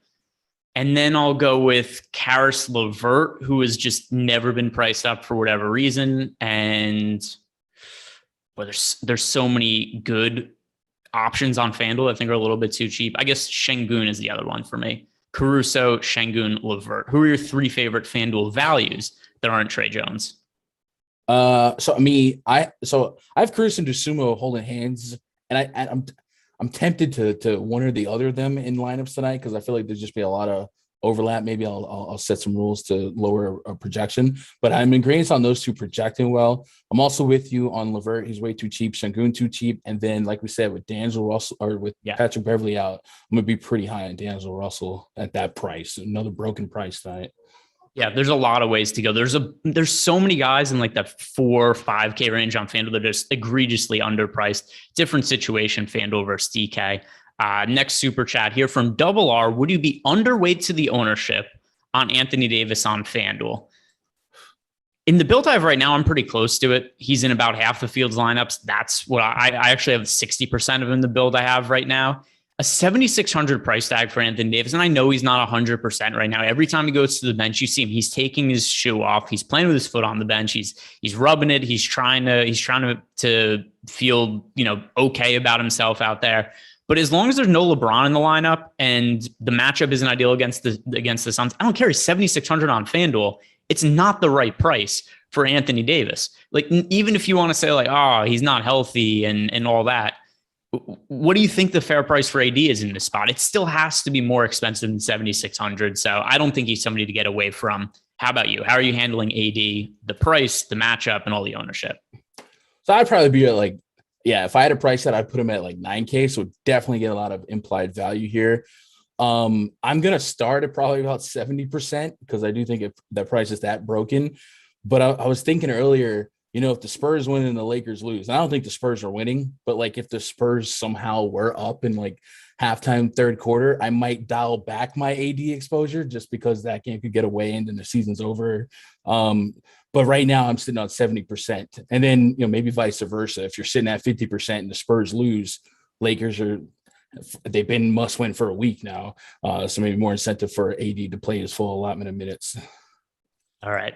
Keep rolling in, catch up on these super chats, and we'll try to round up the guard position. From Jake Lindland, DK, factoring price, rank these 4: D'Lo, Vooch, DeMar DeRozan, and Pokashevsky. All right. So which of these 4, and I guess what order we're putting them in? For DraftKings, D'Angelo Russell, Nikola Vucevic, DeMar DeRozan, and Aleksej Pokusevski. So, I mean, just in order of projection, I'm looking at Vucevic, then probably Pokusevski. I would say Pokusevski gets a little bit of a value treatment, and he's dual position eligible. So probably Paku's more valuable as a true util player for lineup construction. So probably Pokusevski 1, then Vooch, because Vooch does give us about $1.25 on fantasy point per minute without Levine here. And then kind of coin flipping the last two there. D-Russ at 6,400, still valuable, but doesn't feel as valuable as the FanDuel one. So there's a lot of value at the guard position that he might fall through the cracks. I think it's DeRozan 1 for me, Vooch 2, Pokusevski 3, then D'Lo 4. It's just the absence of Levine opens up so much more in terms of playing time and usage compared to those other spots. And while I understand D'Lo is obviously also benefiting from the absence of Patrick Beverley, it's a big difference with him being over 6K on DK versus that, 5,300 price tag on FanDuel. So at least that's how I would go. I think all those guys those are not guys I would have any issue with. If somebody presented me a lineup and said, what do you think of these plays? Be like, all those guys look good to me. So there's none of them individually I think are bad options. Super chat here from Cheyenne DeWald on FanDuel. How do you feel about Chuma Okeke and Anthony Edwards? So Chuma Okeke, we just got the Hawks news, by the way. Danilo Gallinari is listed out. Bogdan Bogdanovic will be available to play. We'll hit on that in a second. But first, Cheyenne's question for FanDuel. How do you feel about Chuma Okeke and Anthony Edwards? I like Edwards. Okeke is not really a priority play for me today. Okeke at 4,100. For whatever reason, his recent starts, the minutes have gone down, and also he hasn't really produced all that well. So last 3 starts, and they've been trying to push him into the starting lineup, 30 minutes, 24-20. Considering he only played 20 minutes last game, it's going to be hard for me to prioritize him. So that one's going to be a no for me. But Anthony Edwards at 7K, like lower priority play relative to the slate. We talked about Edwards a little bit before, but where do you stand on him and where do you stand on Okeke? Yeah, the smallest of reasons to get the Magic out of my player pool is enough for me. And their rotation is off the walls. I think the slate this big, if I lose because Okeke broke it and he's in stone nuts, I lose. Edwards, I definitely love his upside as far as his ownership at 18%. Yeah, I think that's an easy number to either match or get a little bit above. I don't know that I think the D-Russ is the biggest beneficiary for per minute for me with Beverly out, but Edwards is live any day to drop 50 plus. So I don't mind that. They were double-digit favorites, so I'm not going to let those numbers get too aggressive. But Edwards is fine, but I really don't see a reason to get to a kick at any crazy aggressive number. I currently have 0. So one thing that's funny is with all the situation we've seen this year with players getting ruled out because of COVID and rest and tanking and all that, last year there was an NBA record, 540 different players stepped on the court in a single season. We're over 600 now, and I'm just seeing this come across. The Oklahoma City Thunder today will have Georgios Kalaitzakis and Xavier Simpson are both available to play today. So we'll add a couple more guys who are going to step on the NBA court this year. They have a hockey team. Their names read like a hockey team, bro. But the reason that I kind of want to bring this up here is, do we have to downgrade guys like Pokusevski now just because OKC has had such a concentrated rotation? Now just the fact that they have these and who knows where they got these guys from, right? These could have been refugees trying to escape their country, and they're like, hey, we've got a need for some playing time. Come join our squad. But we have to think now that just with more warm bodies, is it at least within the realm of possibility that somebody like Pokusevski, his minute ceiling goes from high 30s to mid or low 30s, and it impacts him a little bit? Yeah, it's very much possible, probably probable. Looks like these are some G League superstars that I guess get rewarded for some regular season minutes. So they're both starting. Yeah, so I thought that's what you were leading into. I'm trying to figure out who they are. What the hell is going on here? So I just saw they were active. I didn't realize they were starting too. What is the rest of this dumb starting lineup? Yeah, I want to try to pronounce it. Yeah, how do you pronounce Georgios' last name? Give it a go. Kalaitzakis. Jesus, he's Greek. They put out some bangers. Let's see. So I'm trying to see what information I could find about That's him. what I'm doing too, man. I'm like, yeah, I want to have an opinion here, but looks like they're both part of that G League team, and they're just getting called up, play some minutes to end the year. So we have seen, let's call him Georgie K, right? So Georgie K for starters. All right, we're making nicknames, Chad. Yeah. He's played 9 games this year. So he's actually not even getting shot. I assumed he hadn't played this year. He has played 9 games this year, 5 minutes per game, 3 fantasy points. Well, that doesn't seem very promising. That's not what you want. That's not what you're looking for. Brandon Williams remains questionable today. Xavier Simpson. And these guys, they got picked off the street today, so they're not in a pool, right? So this is just, I didn't want to play 7K Maladon anyway. So it's Paku is the only question mark I think we're running away with this game is, do we play him or not? Right? Yeah. So my real question here is just, what do we do with this team? Because it's something now where we're introducing these guys. We don't know who the hell these guys are. Are they good fantasy producers? Most likely not. But like you said, it's not whether we want to roster these guys individually. It's just kind of how does this impact the rest of the team? And I don't know. I just don't feel great about rostering anything from OKC right now. As much as I've liked getting to Pokashevsky now, he's going to be a somewhat popular play on this slate. He is projected for 27% ownership on FanDuel. On DraftKings, he's projected for 26% ownership. I'm kind of more inclined to just want to go underweight to him just because I think he might play like 28 minutes now and they just disperse the minutes out. Yeah. Tankathon, Tank Bowl.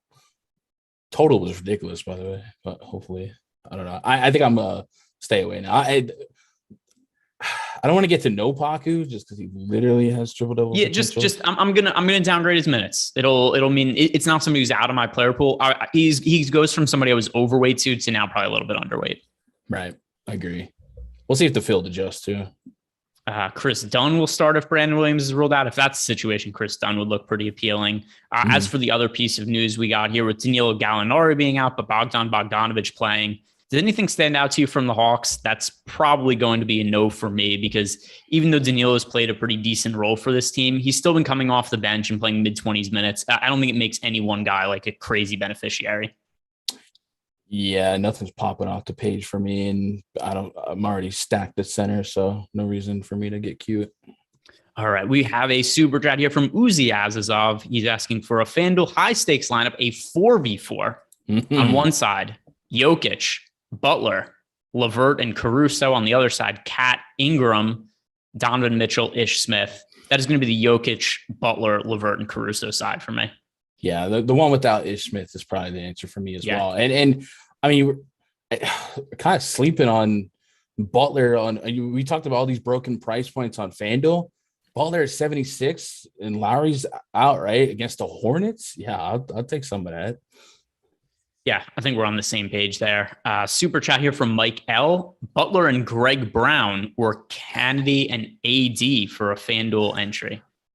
Holy smokes. That can't be. Dude, that can't be. Yeah, let's give him a hard reality. Rebuild your lineup. Rebuild it because Butler's a good play today. Anthony Davis is a good play. There's reason to think Kennedy could play extended minutes, but that's for FanDuel where the pricing is different than DK. That's too much of a stretch for me. Same with Greg Brown. Kennedy and Greg Brown, I think, are totally unnecessary plays considering just the outlook of this slate. So I would say that if I had to pick one, I would go with AD and Kennedy just because I prefer AD to Butler, but you don't need to be playing Greg Brown or Kennedy today. Next super chat here is from Goody. Vit Krejci over Fultz looks better from a minutes and ownership perspective. Thoughts, DK, GPP. I don't want to play Vit Krejci now that we just found out that these randos are starting for OKC. I mean, Vit Krejci was a rando 4 days ago. Yep. Right. It's not that long ago that there was, Vit Krejci was yesterday's Xavier Simpson. So I don't want to get behind Vit Krejci now that we have this weird starting lineup for OKC. Agreed. Yeah, no need. Next super chat from Greg. Favorite sub 15% play for FanDuel single entry, and a follow-up question specifically for you, Gundacker. If you could remove any bias you have here, he's asking you over 91.5 wins for the New York Yankees. Over. You win the division. You're probably gonna have 9. I think we could have 390 win teams again, but over. All Blue day. Jays win. Blue Jays winning the division. That's where my money's on this year. Meanwhile, you're wearing a Yankees hat. I have behind me. I've got a Babe Ruth picture now, and I've also got a Derek Jeter picture and a Derek Jeter signed bat. But still, I'm picking Toronto Blue Jays to win. I think 91.5 is a pretty fair number. I think if you look at the FanDuel, the Fangraphs projections this year, they have the Yankees like right around 91 wins. So I would say that's probably a fair line to stay away. But as for the other part of his DFS question, favorite sub 15% play for FanDuel single entry. Well, first, I'm going to refresh the ownership page to make sure I'm looking at the most recent ownership because I want to make sure I'm actually giving you somebody who's sub 15% owned. All right. I did as well. Refreshed. For me, it's Bam Adebayo. Without, it's the Hornets, and he's just got 50-point potential in this matchup, so I'm in on that. It's going to be There's a bunch of guys to like here. There is. There's so many good. So it's funny. We got that question for like Greg Brown and Devin Kennedy. One of the other reasons I don't think those guys are necessary is like Kobe White's 3,500 on FanDuel. Lonnie Walker is 3,500 on FanDuel, who I just view as being much better plays. I'm going to say Kobe White at 3,500, project for 12% ownership right now. Is Kobe White a great real-life NBA player? No, absolutely not, particularly because of his defensive shortcomings. But he's somebody who could score a lot of fantasy points in a hurry. Now that Zach LaVine has been ruled out, I think there's potential for extended minutes for Kobe White. And in a scenario, if the Bucks were to just totally run away with this game and blow out the Bulls, I think there's a pretty good chance Kobe White would be playing in garbage time. So min price Kobe White is going to be my FanDuel answer there. Next super chat is from, I know there was other ones in here somewhere, but I thought there was. Oh, here it is. Pedro R. Would we have Jokic and Embiid in the same cash lineup on DK?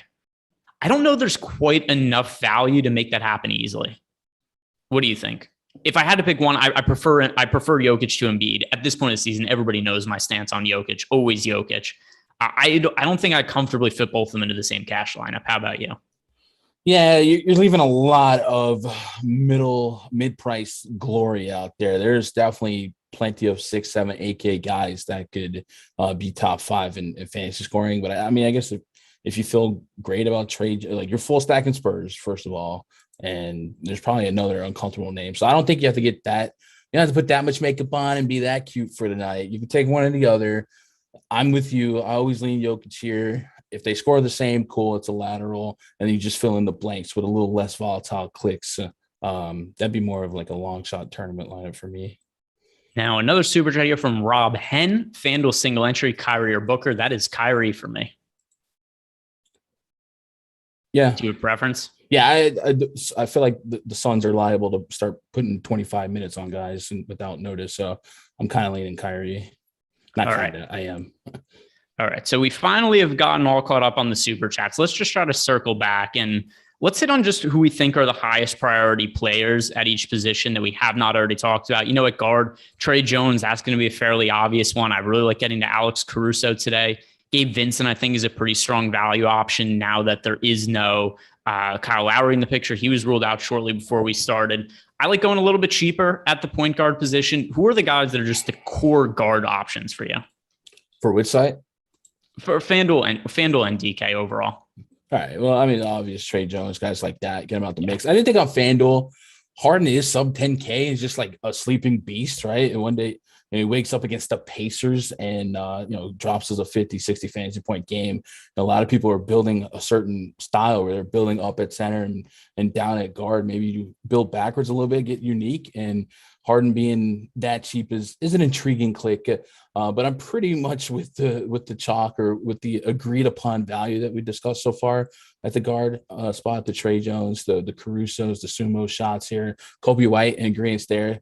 If they play from behind and we know 3-point shooters against the Bucks and, if it's garbage time run anyway, it's a good game script no matter what for Kobe without LaVine. So I'm with you there. And then we mentioned D-Russ if you want to put him in a PG spot.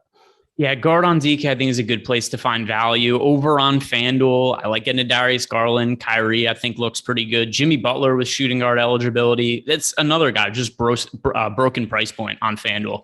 7,600 shooting guard, small forward eligibility. I love getting Jimmy Butler, so he's a pretty high priority play. Even on DK, he's slightly more expensive, but I think we could use this also to launch into talking about the forward position. No Kyle Lowry in the mix, some other players out for the Miami Heat. $8,400 for Jimmy Butler on DK, 76 on FanDuel. It's funny, I shit on Jimmy Butler on this YouTube channel all the time. I make fun of him for being soft, for missing a lot of games.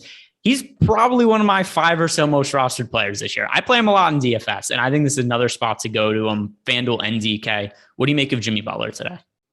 Yeah, it's too cheap, and it's the Charlotte Hornets. And no Lowry. That opens up a lot more facilitation, a lot more bringing the ball up the court. Just a great spot and a busted price point. Yep. So I think we're on the same page there when it comes to Jimmy Butler. Also, like you said, good matchup for him against the Charlotte Hornets. Even in a bad situation for him, or I mean, even in a floor game, he generally, unless he gets hurt in the middle of the game or it's a blowout, we're getting around 40 fantasy points from the 7,600 price tag on FanDuel. Just doesn't make a whole lot of sense.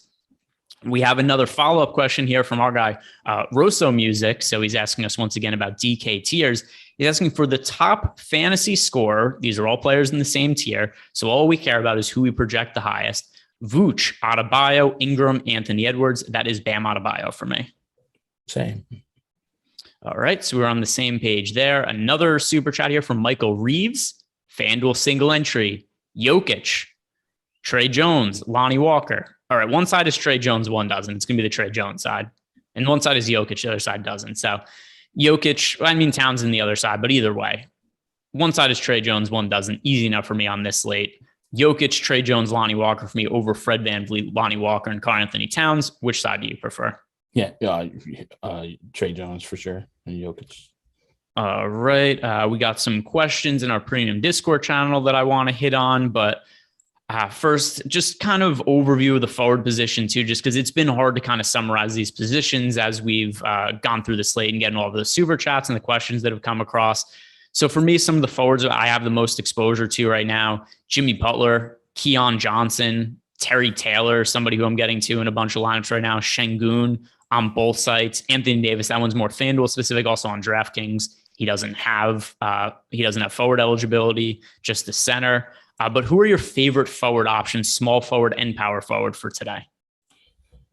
I'm with you with Şengün. I feel like we haven't really talked about him, but I think we all know he's really doggone good at the basketballs. And with that news for the Thunder, I had some Paku at basically the same price. I think that seesaw is going to start to tilt. It was balanced earlier, but now I think Şengün's going to be on the bottom end, and Paku's going to be leg swinging in the air. I'm going to have more Şengün there. So I like that. The lower tiers down here. I'm curious with the thought of Bruce Brown. I wouldn't get to an egregious amount, but he has been losing some fourth quarter minutes to Goran Dragic in a couple games lately. Dragic's out. Seth Curry's out. Showed us 34 minutes against Milwaukee. He can definitely stack up those defensive peripherals, blocks and steals, and nobody gives up blocks and steals like the Houston Rockets. So I think Bruce Brown can be pretty sneaky in that mid tier, and I'm with you on the other guys. A super chat from our guy Andrew Kang. Sup guys? What's going on, Andrew? Wish you luck tonight. With Lowry out, do you prefer Kyrie and Hero or Trey and D'Angelo Russell? So by Trey, I assume he means Trey Young, just kind of working out the pricing in my head. So Kyrie and Tyler Hero or Trey Young and D'Angelo Russell. Since this is a FanDuel question, Trey Young and D'Angelo Russell. Yeah, I would agree. I think D-Russ is too cheap. So, yeah, I'll take that.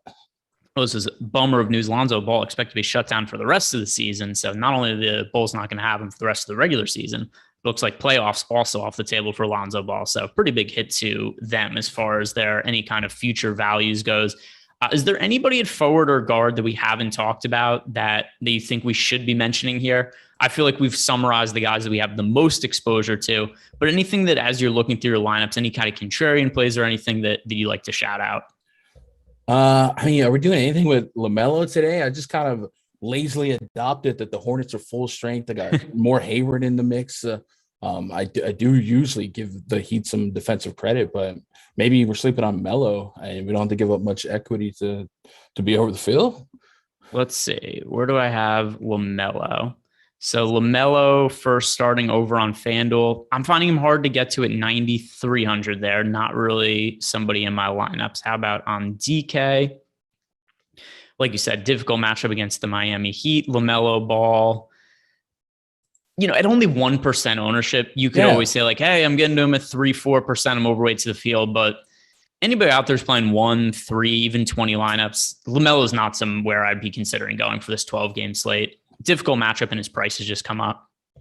There's a unique build backwards to the field lineup with like Harden and LaMelo, you know what I mean? Yeah. Up at the top and then go down for some of these punt bigs. But I'm in agreement with you. Just Trey Jones feels like undeniable value, so just take it.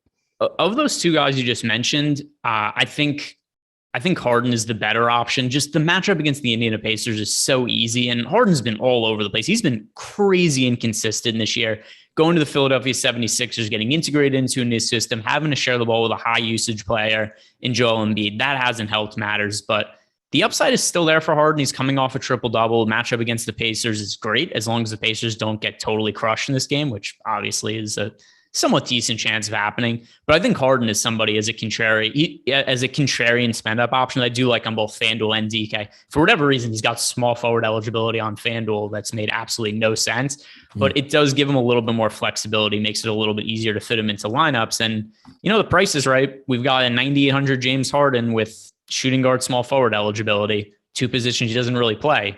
But that aside, I think $9,800 for him on FanDuel with that kind of position eligibility does make him a good contrarian play to get to. Yeah, fully agree. Super chat here from Weatherman7, DK Millimaker, Bruce Brown, and Anthony Davis, or Jimmy Butler and Tyus Jones. That's Jimmy Butler and Tyus Jones for me. I don't think either of those are terrific options for this slate, though, if I'm being honest. But if I have to pick one, it's Butler and Tyus Jones. Yeah, definitely on the I'm in love with AD on FanDuel, right? Like I think he's fine on DK, but it's not quite the steal, and he has a wider range of outcomes to letting us down versus what else is out there. But I'm with you. I'm lukewarm, but I'd probably take the Butler side in a pinch. I think this is a funny little piece of thing to hear. So we just had News God in our premium Discord chat. He posted all of the available players for the Oklahoma City Thunder today. It is Teo Maledon, Vic Krejci, Alexei Pokusevsky, Isaiah Roby, Georgios Kalaitzakis, Xavier Simpson, Jeremiah Robinson Earl, Aaron Wiggins, Lindy Waters III, Jalen Horde, Olivier Sarr. What a group. What a group they have going for them. That's actually like just an incredible group of names put together. It's like a national Olympic team. Do us a favor, guys. Like the video, subscribe to the YouTube channel. Also, if you want to get exclusive Awesemo discounts and a first crack at beta testing to our new tools and features, you can join our Awesemo MVP text program. Sign up by texting MVP to 1-660-656-4417, 1-660-656-4417. You'll automatically be entered to win a year of Awesemo Plus Platinum. Also, currently, we have a 50% off weekly pass discount available for any MVP program subscribers. So if you're thinking about signing up for the Masters, MLB opening day, any of the upcoming DFS content, take advantage of the offer. Also, if you haven't remembered all that good chance you didn't remember the phone number. I don't remember phone numbers the first time too. Gundacker, how many people's phone numbers do you remember? Like 3? None. I remember the WCW hotline. Yeah, that's good it. enough. Yeah, I know. I remember my dad's number. You don't remember any. Jordan remembers his ex-girlfriend's number. There's very few phone numbers that we have memorized off the top of our head. But this one. So if you forget, just check the link in the video description below and sign up for our MVP program. Get access to some unique discounts. Let's hit on the center position. First, we do have a super chat here from Shane Daly. Welk Gundacker. I believe he was saying welcome, Gundacker. Never seen you in here. Love your takes. So you got a fan right there. And Shane Daly. Follow Gundacker on Twitter as well. Like the video and subscribe to the YouTube channel if you also would like to see more of Gundacker. Gundacker's going to be hanging out with me this week. Eric was just intimidated by the final week of the NBA season. He had to bail. He was like, oh my God, no. I'm going to the Masters to get away from basketball and doing shows with you. So Gundacker's going to be filling in a little bit. So show him some love, like the video, sub to the YouTube channel. Let's hit on the center position. And everybody knows where I stand at this point. Jokic is my favorite pay-up option today. at least on DraftKings. FanDuel is going to be a little bit different because Karl-Anthony Towns is so egregiously mispriced. He's actually my favorite center to get to. DK purposes, I have a whole bunch of exposure to Jokic. It's not too difficult to pay up for him. I think getting multiple studs in the same lineup is a little bit trickier on this slate. But either way, I'm playing Jokic. I have Jokic projected for let's see, how many more fantasy points? I have Jokic for 3 more fantasy points than anybody else on this slate. Embiid's projected second highest. I've got Jokic 3 fantasy points ahead of him. If you got Jokic, pay up for him. Are you in the same boat as me with Jokic, or is there a different center you like paying up for? Nah, Jokic is my leader in raw points, and usually these big slates that give you all this value, a lot of people are stubborn, hanging on to their value. You give me 70 fantasy points, I don't care if you're 13K, you're probably gonna find your way to the top. So I'm gonna grab on and let's get to 70 fantasy points yet again. Yeah, for sure. And I think that he's more likely to score over 70 than under 60, in my opinion. It's ridiculous. MVP, please be good for my bank account. If you're going cheap at center, which is not something I'm really doing a whole bunch of today, DraftKings, I think Terry Taylor with center exposure, he's worth some looks. Over on FanDuel, I've talked about how I think that Karl-Anthony Towns is underpriced. We also have center eligibility for Anthony Davis over on FanDuel. If you are not spending up for Jokic, where are you looking to find value at the center spot? Yeah, I just assumed that these Thunder guys were not in the player pool, Greg, and they are. And one of them is bare bones min at 3K. I don't know. It just came at me. I'm trying to upload my stuff, but yes. If I'm not getting to Jokic, which I am getting to a bunch, I think Gobert is an intriguing click. I think there's some big block upside there. And then Adebayo is probably my favorite points per dollar. I think, it wouldn't be stuff if he drops 50 against the Hornets in this split. And he might even pick up some more assist duties without Loughy in the mix. Yep, that's actually something we've seen a good amount of this year. And this was something I was betting a lot earlier in the season. And by the way, today's show is sponsored by OddsShopper. So after the slate locks, Gundacker and I are going to be sticking around for 30 minutes. We're going to be looking at OddsShopper, trying to find some prop bets. Also, of course, sweating and tilting whatever goes on the first couple minutes of the first quarter of games. But yeah, Bam Adebayo at the beginning of the season, at least in games that Kyle Lowry played, I would just bet the under on his assist prop. And in games that Kyle Lowry was out, I would bet the over. I think the market's been a little bit more efficient to it at this point in the season, but at least from a fantasy standpoint, yeah, we see increased playmaking duties from Bam Adebayo, which he was really great at last year and just hasn't had to do as much with Kyle Lowry in the mix. So I agree with you there. I think it does definitely help him out a little bit. Super chat from my filler arc. Hey guys, Keldon Johnson, Şengün, or OJ Brisket and cheese on DK. O'Shea Brissett from last man. Anyway, last man in. That's Şengün for me. Yeah, agree. Easily. And all right, we're caught up on those. Is there anything else you want to shout out about the center position? If not, I'm going to answer some of these questions we have in our Discord channel. No, I like the matchup's great for Andre Drummond. We would be stunned if he got to 40 plus. We're dealing with a massive spread. Maybe that's an outcome, but no, I'm just stubborn with my Jokic shares. Yeah. I really do like getting to Jokic today on DK. FanDuel, we've talked about Şengün. We've talked about getting to Karl-Anthony Towns. Drummond, I have had such a rough time predicting Andre Drummond's minutes. The Nets, they're done with LaMarcus Aldridge apparently. But then you look at the minutes last game for Drummond in what was probably their most important game of the season. He only played 18 minutes. Is he going to get run off the court against the Houston Rockets? No, but I just have such a difficult time projecting his playing time. Clearly there's upside there, but I just can't prioritize him on a slate of this size, considering the minutes have been all over the place. Getting into our premium Discord channel. How are you doing on your lineup uploads, by the way? I'm doing all right. All right. Do you want me to talk for a little bit? Yeah, give me 1 minute. Yeah. Go ahead. I'll answer some of these questions. You upload your lineups. First, question here from Mr. Moneybags. He's saying, thoughts on Mo Wagner at forward in DK. Can you name a decent pivot to fade his ownership? Well, first of all, Mo Wagner, it's not like he's crazy popular or anything. Mo Wagner's projected for 15% ownership. If you like Wagner, go ahead and play him. And let me refresh ownership. Maybe that's changed a little bit. But I don't think there's any reason to look at Wagner and be like, oh, he's so popular, I can't play him. He's going to make my line. Oh, he's gone up to 24% now. But either so, I don't think that's massively problematic. If I had to offer a pivot off of him, it would be, let's see, Terry Taylor, 4,400. Considering all the guys that are out for the Pacers, potential blowout spot, he could play garbage run. They don't care about playing him center minutes against bigger guys. We could see Terry Taylor guarding Joel Embiid at some point today with Gogout. Who knows? But I think Terry Taylor is somebody who would be a fine pivot off of Mo Wagner. Actually, if Terry Taylor projected for more fantasy points than Wagner, so I would go there. Got a question here from XX Cubs fan 23XX.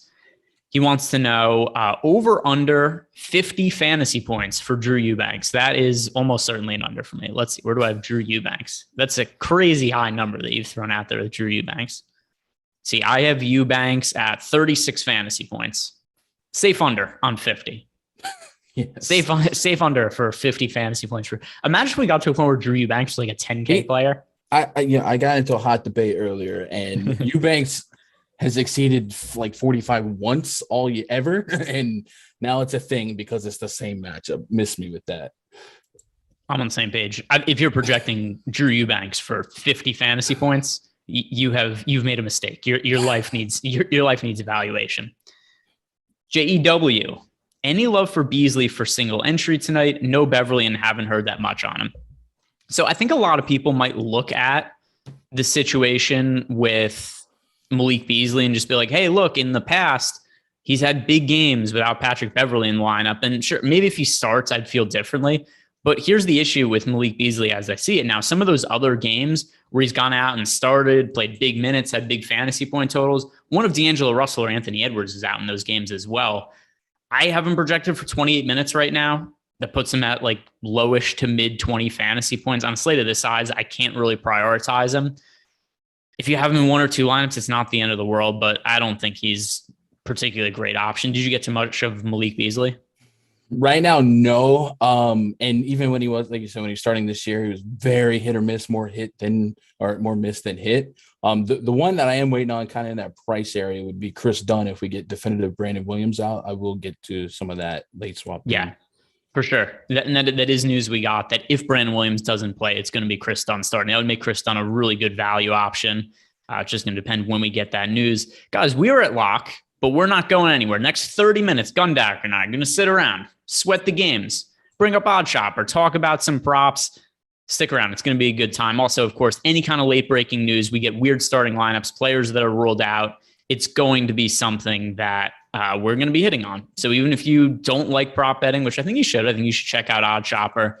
Any other weird starting lineups? We still have Jonas Valanciunas is questionable.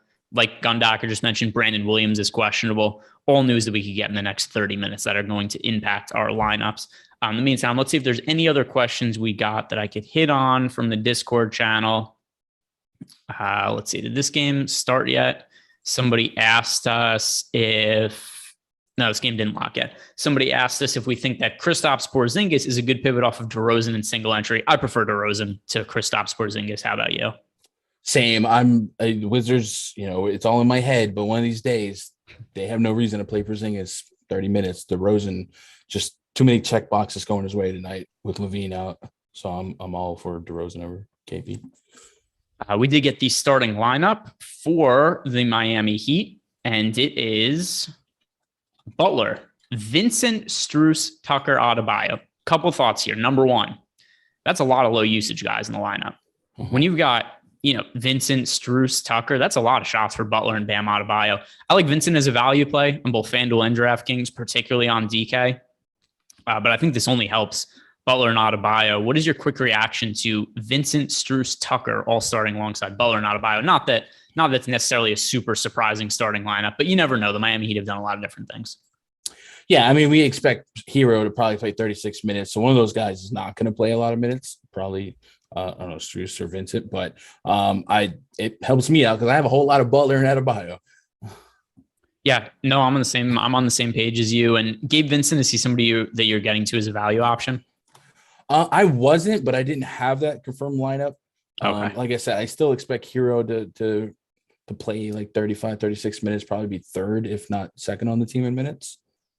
So with Gabe Vincent, it's funny. So people were asking us before, and by people, it was like 2 or 3 people in chat, and a lot of people are watching. So it's it doesn't mean it's what everybody's thinking, but I did see his name come up a few times. And when we were getting asked about Malik Beasley, I would rather just play Gabe Vincent. Gabe Vincent's cheaper, and I would project for more fantasy points overall as a starter this year. Gabe Vincent has made 26 starts. It's a fairly decent sample size of starts from him. He's been, pretty consistent. 32 minutes, 25 fantasy points as a starter is average this year. I like the matchup he has tonight going up against the Charlotte Hornets. Same thing we mentioned before when we were talking about Bam Adebayo and Jimmy Butler. I think Vincent's a good value play. If you guys are looking to get cheap at the guard spot, anybody who's thinking about Malik Beasley before, I'd say go to Gabe Vincent instead. Something else also, I'm curious, what do we have for projected ownership for Vincent? Let me refresh, see if this has changed at all.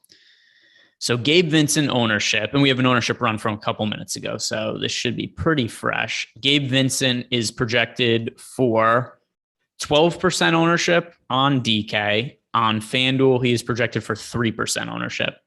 It's not like he's a popular player or anything like that. Malik Beasley isn't either for that matter, but see, Beasley, Beasley's still same ownership as Vincent. I'd rather go to Vincent there. That's the guy to go to in that price range. And also without ownership. I agree. All right. I think we're all caught up on news and questions now.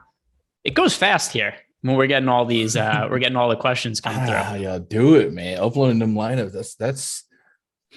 That's a sweat. I was bringing this up too. First of all, Eric, who's out of his mind. We do this show. Eric plays on like 8 different sites. EMAC does the same thing also. EMAC, not only will EMAC play on every site, EMAC will play every sport on every site. He's out of his mind.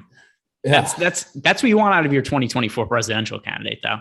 You want somebody who's well-versed in NBA DFS, MLB DFS, NHL DFS, esports DFS, all at the same time. If that's what you want in your president, you're looking for EMAC in 2024. Got a super chat here from Cheyenne DeWald, running one lineup in a bunch of contests and accidentally rostered Buddy Hield. Do y'all think I'm in trouble? Well, I don't love Buddy Hield for today, but I don't think it's the end of the night for you either. I know Cheyenne typically plays on FanDuel, so let's see. Buddy Hield. At 6K, I have Buddy Hield projected for slightly over 30 fantasy points. I think he's a little bit overowned today. He's in 2% of my lineups. It's not the best thing in the world. It's not the worst thing ever. Should Cheyenne stop watching basketball tonight? Is the night over? I mean, Buddy Hield gets streaky. I'll say without Brogdon, he's going to take double-digit shot attempts. May surprise you with some peripherals. I definitely wouldn't feel great. I don't project him to be optimal that often tonight, but I don't think it's the end of the world. Like, I don't think you're not going to cash strictly pre-flop because you have Buddy Hield.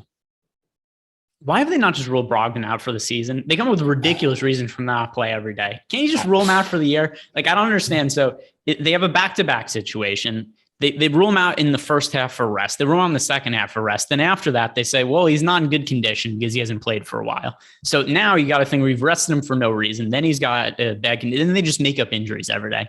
Just rule him out for the season.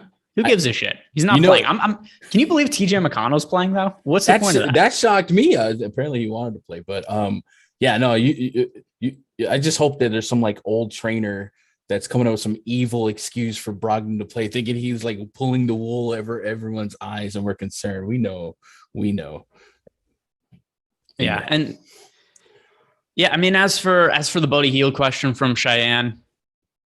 Sometimes it may be good, sometimes it may be shit. Who knows with what you're getting from Buddy Hield? At this point in the season, I wouldn't really want to prioritize rostering any of the older players on the Indiana Pacers just because what do they need it for? It seems like they're just going to run Halliburton out there. There's going to be a point where Buddy Hield just plays limited minutes, but guys like Terry Taylor, Isaiah Jackson, I kind of think that's where they want to prioritize getting the minutes right now.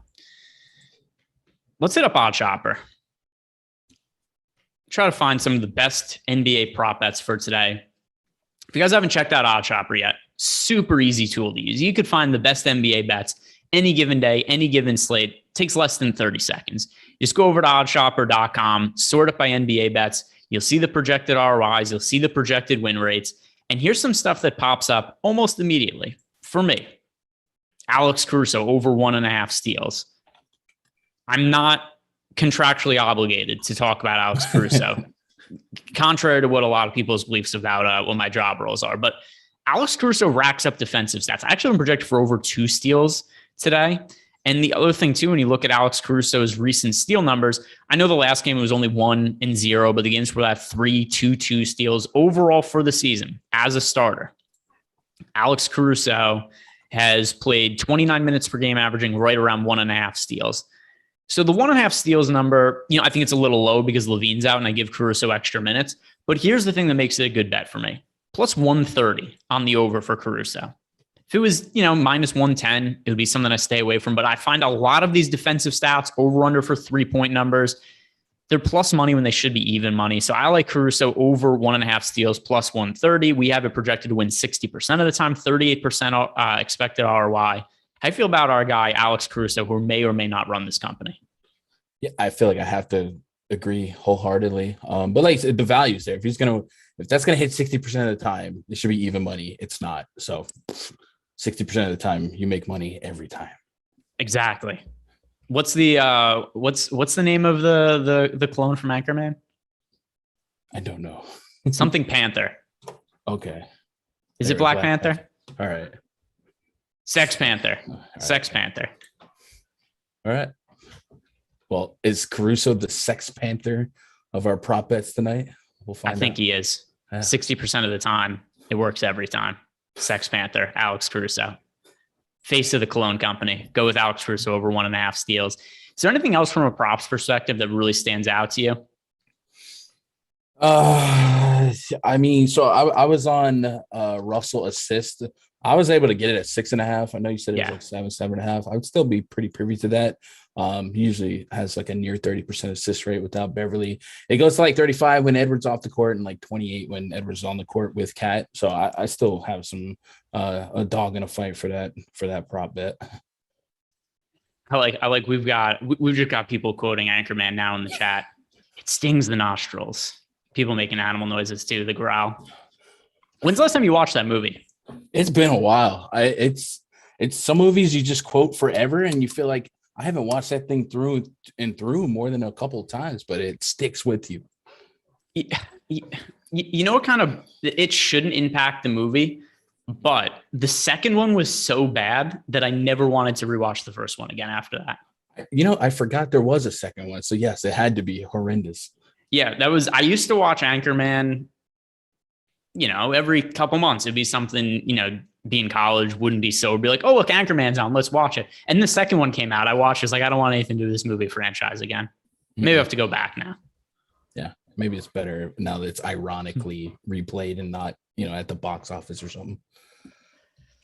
Yeah, people shouting out Baxter, loud noises. I love Lamp.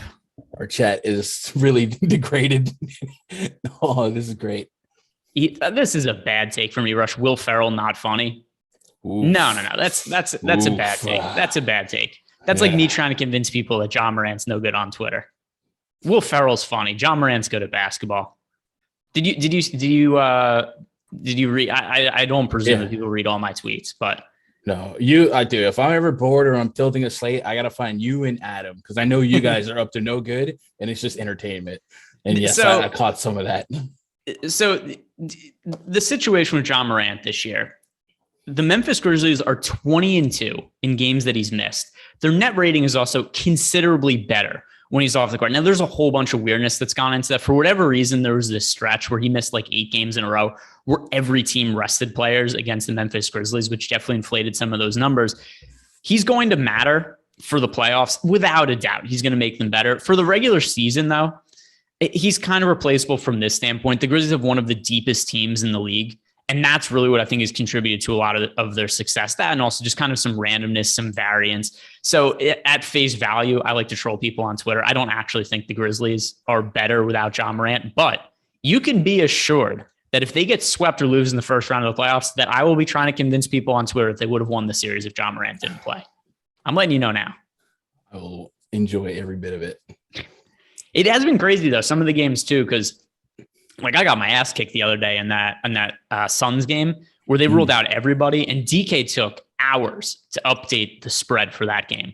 So I bet them the Suns at -4. It closed at like -8 or something like that. But that -4 number stayed forever. And remember, that was the game the Grizzlies ruled out everybody. And they just outright just smashed the Suns.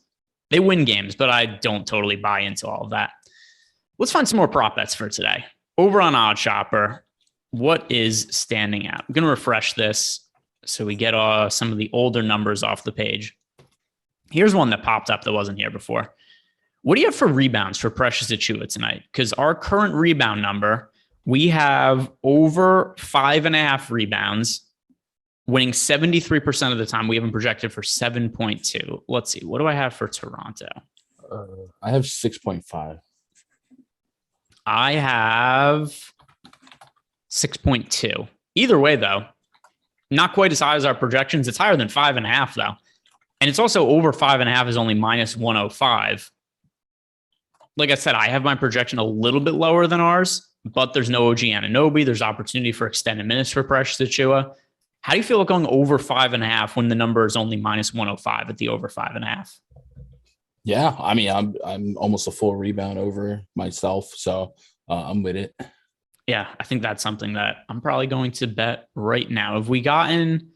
Well, Kem Birch is starting. Not that means that we can't see extended minutes from Precious Achiuwa because it's been fairly regular for the Toronto Raptors. Toronto's lineup today is Fred VanVleet, Gary Trent, Scotty Barnes, Pascal Siakam, Kem Birch. It's not like Kem Birch is going to start and play a whole ton of minutes though. Oh, somebody's saying John Good, Buddy Hield starting hot. Let's pull this up. What's happening? Is Buddy Hield carrying Cheyenne DeWald's lineup? We are all right. Well, we're 2 minutes into the game, which is the perfect time to start tilting, in my opinion. In 2 minutes, oh my buddy, listen to this. 2 minutes, Buddy Hield has 5 points of rebound and an assist. Let's go. Cheyenne's looking good so far. Isaiah Jackson. Boy, it's the 2 minutes, the Pacers players, some of them doing damage. Isaiah Jackson has 4 points, a steal, and a block. So 10 fantasy points, 10 FanDuel fantasy points in 2 minutes for Isaiah Jackson. Good start for Buddy Hield. Listen, some people think Joel Embiid is good. He's no Isaiah Jackson. He's no Buddy Hield. Yeah, I mean, let's be real. Yeah. I mean, what kind of bum only scores 2 points in 2 minutes? See what these Pacers are doing to him? So we got that. 9-5. Pacers up 9-8 now. So somebody else scored. Cavs and Magic. The Cavs up to a 14-3 start against the Orlando Magic. Who's starting good here? For Cleveland. What is that? Was that your computer or mine? I think it wasn't mine. I'll say that. I don't know what. I'm not gonna blame our producer, but we just heard like a female talking in my head. Said something about cats. Oh, it was him. Stop trolling. You trolling. You got that grin. Okay, buddy.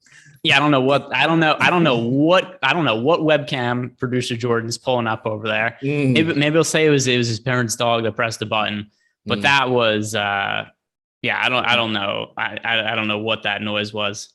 Cleveland Cavaliers side up to a 14-3 start, 2 minutes into the game. And we have Karis LeVert off to a quick start, 2 points and 2 assists. 5 points in the steal for Isaac Okoro. Nobody gives a shit. Nobody rostered him. Orlando side of the game, basically nothing across the board. Somebody's telling me that somebody's in foul trouble for Indiana. Oh, yeah. So that quick start for Isaiah Jackson. This is one of the weirder first quarters I can remember. So Isaiah Jackson played 2 minutes with 4 points, 2 steals, and 2 blocks. Also picked up 2 personal fouls and came out of the game. Okay. Harden and Embiid will do that to you. Does that count as a good or a bad start for Isaiah Jackson? I mean, his PERs are off the charts. Because it is 10 fantasy points in 2 minutes, but he also isn't playing more than 2 minutes. Yeah, he might check in a second. Quick foul, he's done. So it might be a 23-minute night. I hope your dog shits on your carpet, Jordan.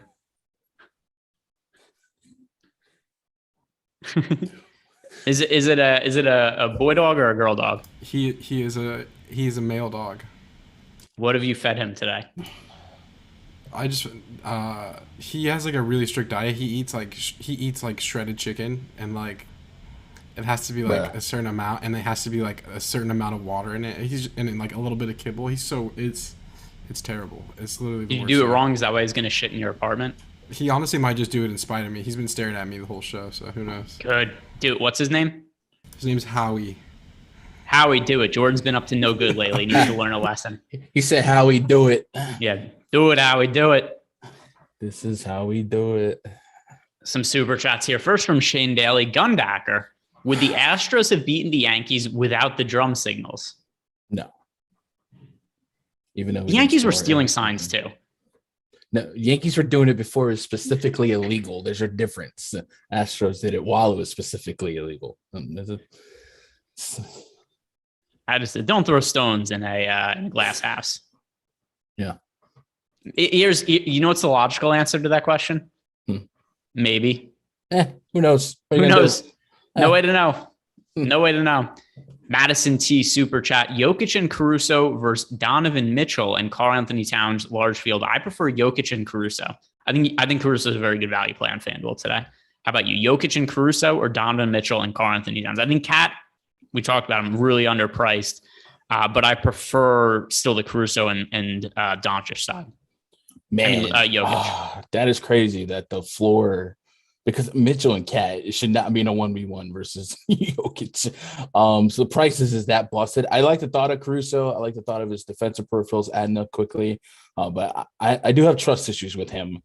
I'll take Jokic and Caruso for ceiling, Mitchell, Cat for floor, which I assume the first half is higher owned. Yeah, I just have Jokic project for so many fantasy. I have Caruso projected fairly highly too. Let's see. So FanDuel, I have Caruso for how many fantasy points do I have Alex Caruso at there? I've got 29 fantasy points for Caruso. Yeah. I always project him for 30, no matter what. They turn around and gets 12 with 5 fouls. Don't be surprised. I'm almost positive I've been over Caruso. My projection has been over his actual number than under it more often than not. But still, Levine's out. It's hard to not give him those minutes. All right, we got news. This is why you guys stick around. This is why you guys listen to us talk about odd shopper, sweat the games, because every once in a while we get news. Listed starters for the Portland Trailblazers: Eubanks, Brown, Ellaby, Johnson, Chris Dunn. Implies to me that there's going to be no Brandon Williams today with Chris Dunn listed as a starter. Now, the listed starters, they don't necessarily always end up being the actual players who start, but it's better than no information. So I take this to mean that Chris Dunn is going to start, Brandon Williams not playing. So two-part question. First of all, do you also agree that means that Brandon Williams isn't playing? And then second part of this, how do you like Chris Dunn now that we know that it looks like he's going to be the starter? Yeah. So, they said that Dunn would start if Williams was out. So I guess we can infer now that Williams is out. So I had several lines ready to get to Dunn. I already loaded them up anyway. So yeah, I like that. And then don't hold back on that beautiful Thunder lineup. Oh yeah. Just for shits and giggles, should I read off this Thunder lineup one more time? So read this and tell me, do we all abandon Paku? Because that's a problem. I don't know what the hell to make of this, but I'd said before I was lowering the minutes projection for Pokusevski. He's not starting now. The listed starters, maybe the dumbest starting lineup I've ever seen in an NBA game is Simpson, Krejci, Kyle Zeka, Horde, and Roby. Yeah. I think we have to abandon ship on Pokusevski now. I think I'm full. Yeah, full. Probably global swap to Şengün now and work with it later. And I'm sure there's a little overlap, but yeah, I gotta back out. And all right, super chats. Oh yeah, here they are. All right, what do you think of DeRozan tonight? Projection. Yeah, no Levine in the mix. We could give DeRozan more usage, more playmaking role for him. You can't really give DeRozan more minutes because he already plays a shit ton. But yeah, I like DeRozan a lot. I think he's a pretty high priority play. So I say get to him. Question that was from D Spearman. Gundacker, you on DeRozan as well? Yeah, he's just falling. He's one of those guys I wasn't like coring. I just knew the projection would give me whatever, I capped him at. I'm getting about 50 fantasy point projection on both sites. That dog will hunt and eat shredded chicken. Super chat from Abel Ramos. No question, just saying big gunny money. Yeah, what up, Abel? Appreciate that. Do you get that reference? Because I don't. I don't get the reference, but I recognize Abel's name. So big yours. Franz Wagner headed to the locker room with an ankle injury. Is this the second game in a row that he's just immediately hurt his ankle? Yeah. Was that last game also? I do believe so, yes. Let me check this out. Played like 2 minutes, and then people that played Ignas Brazdeikis got bailed out.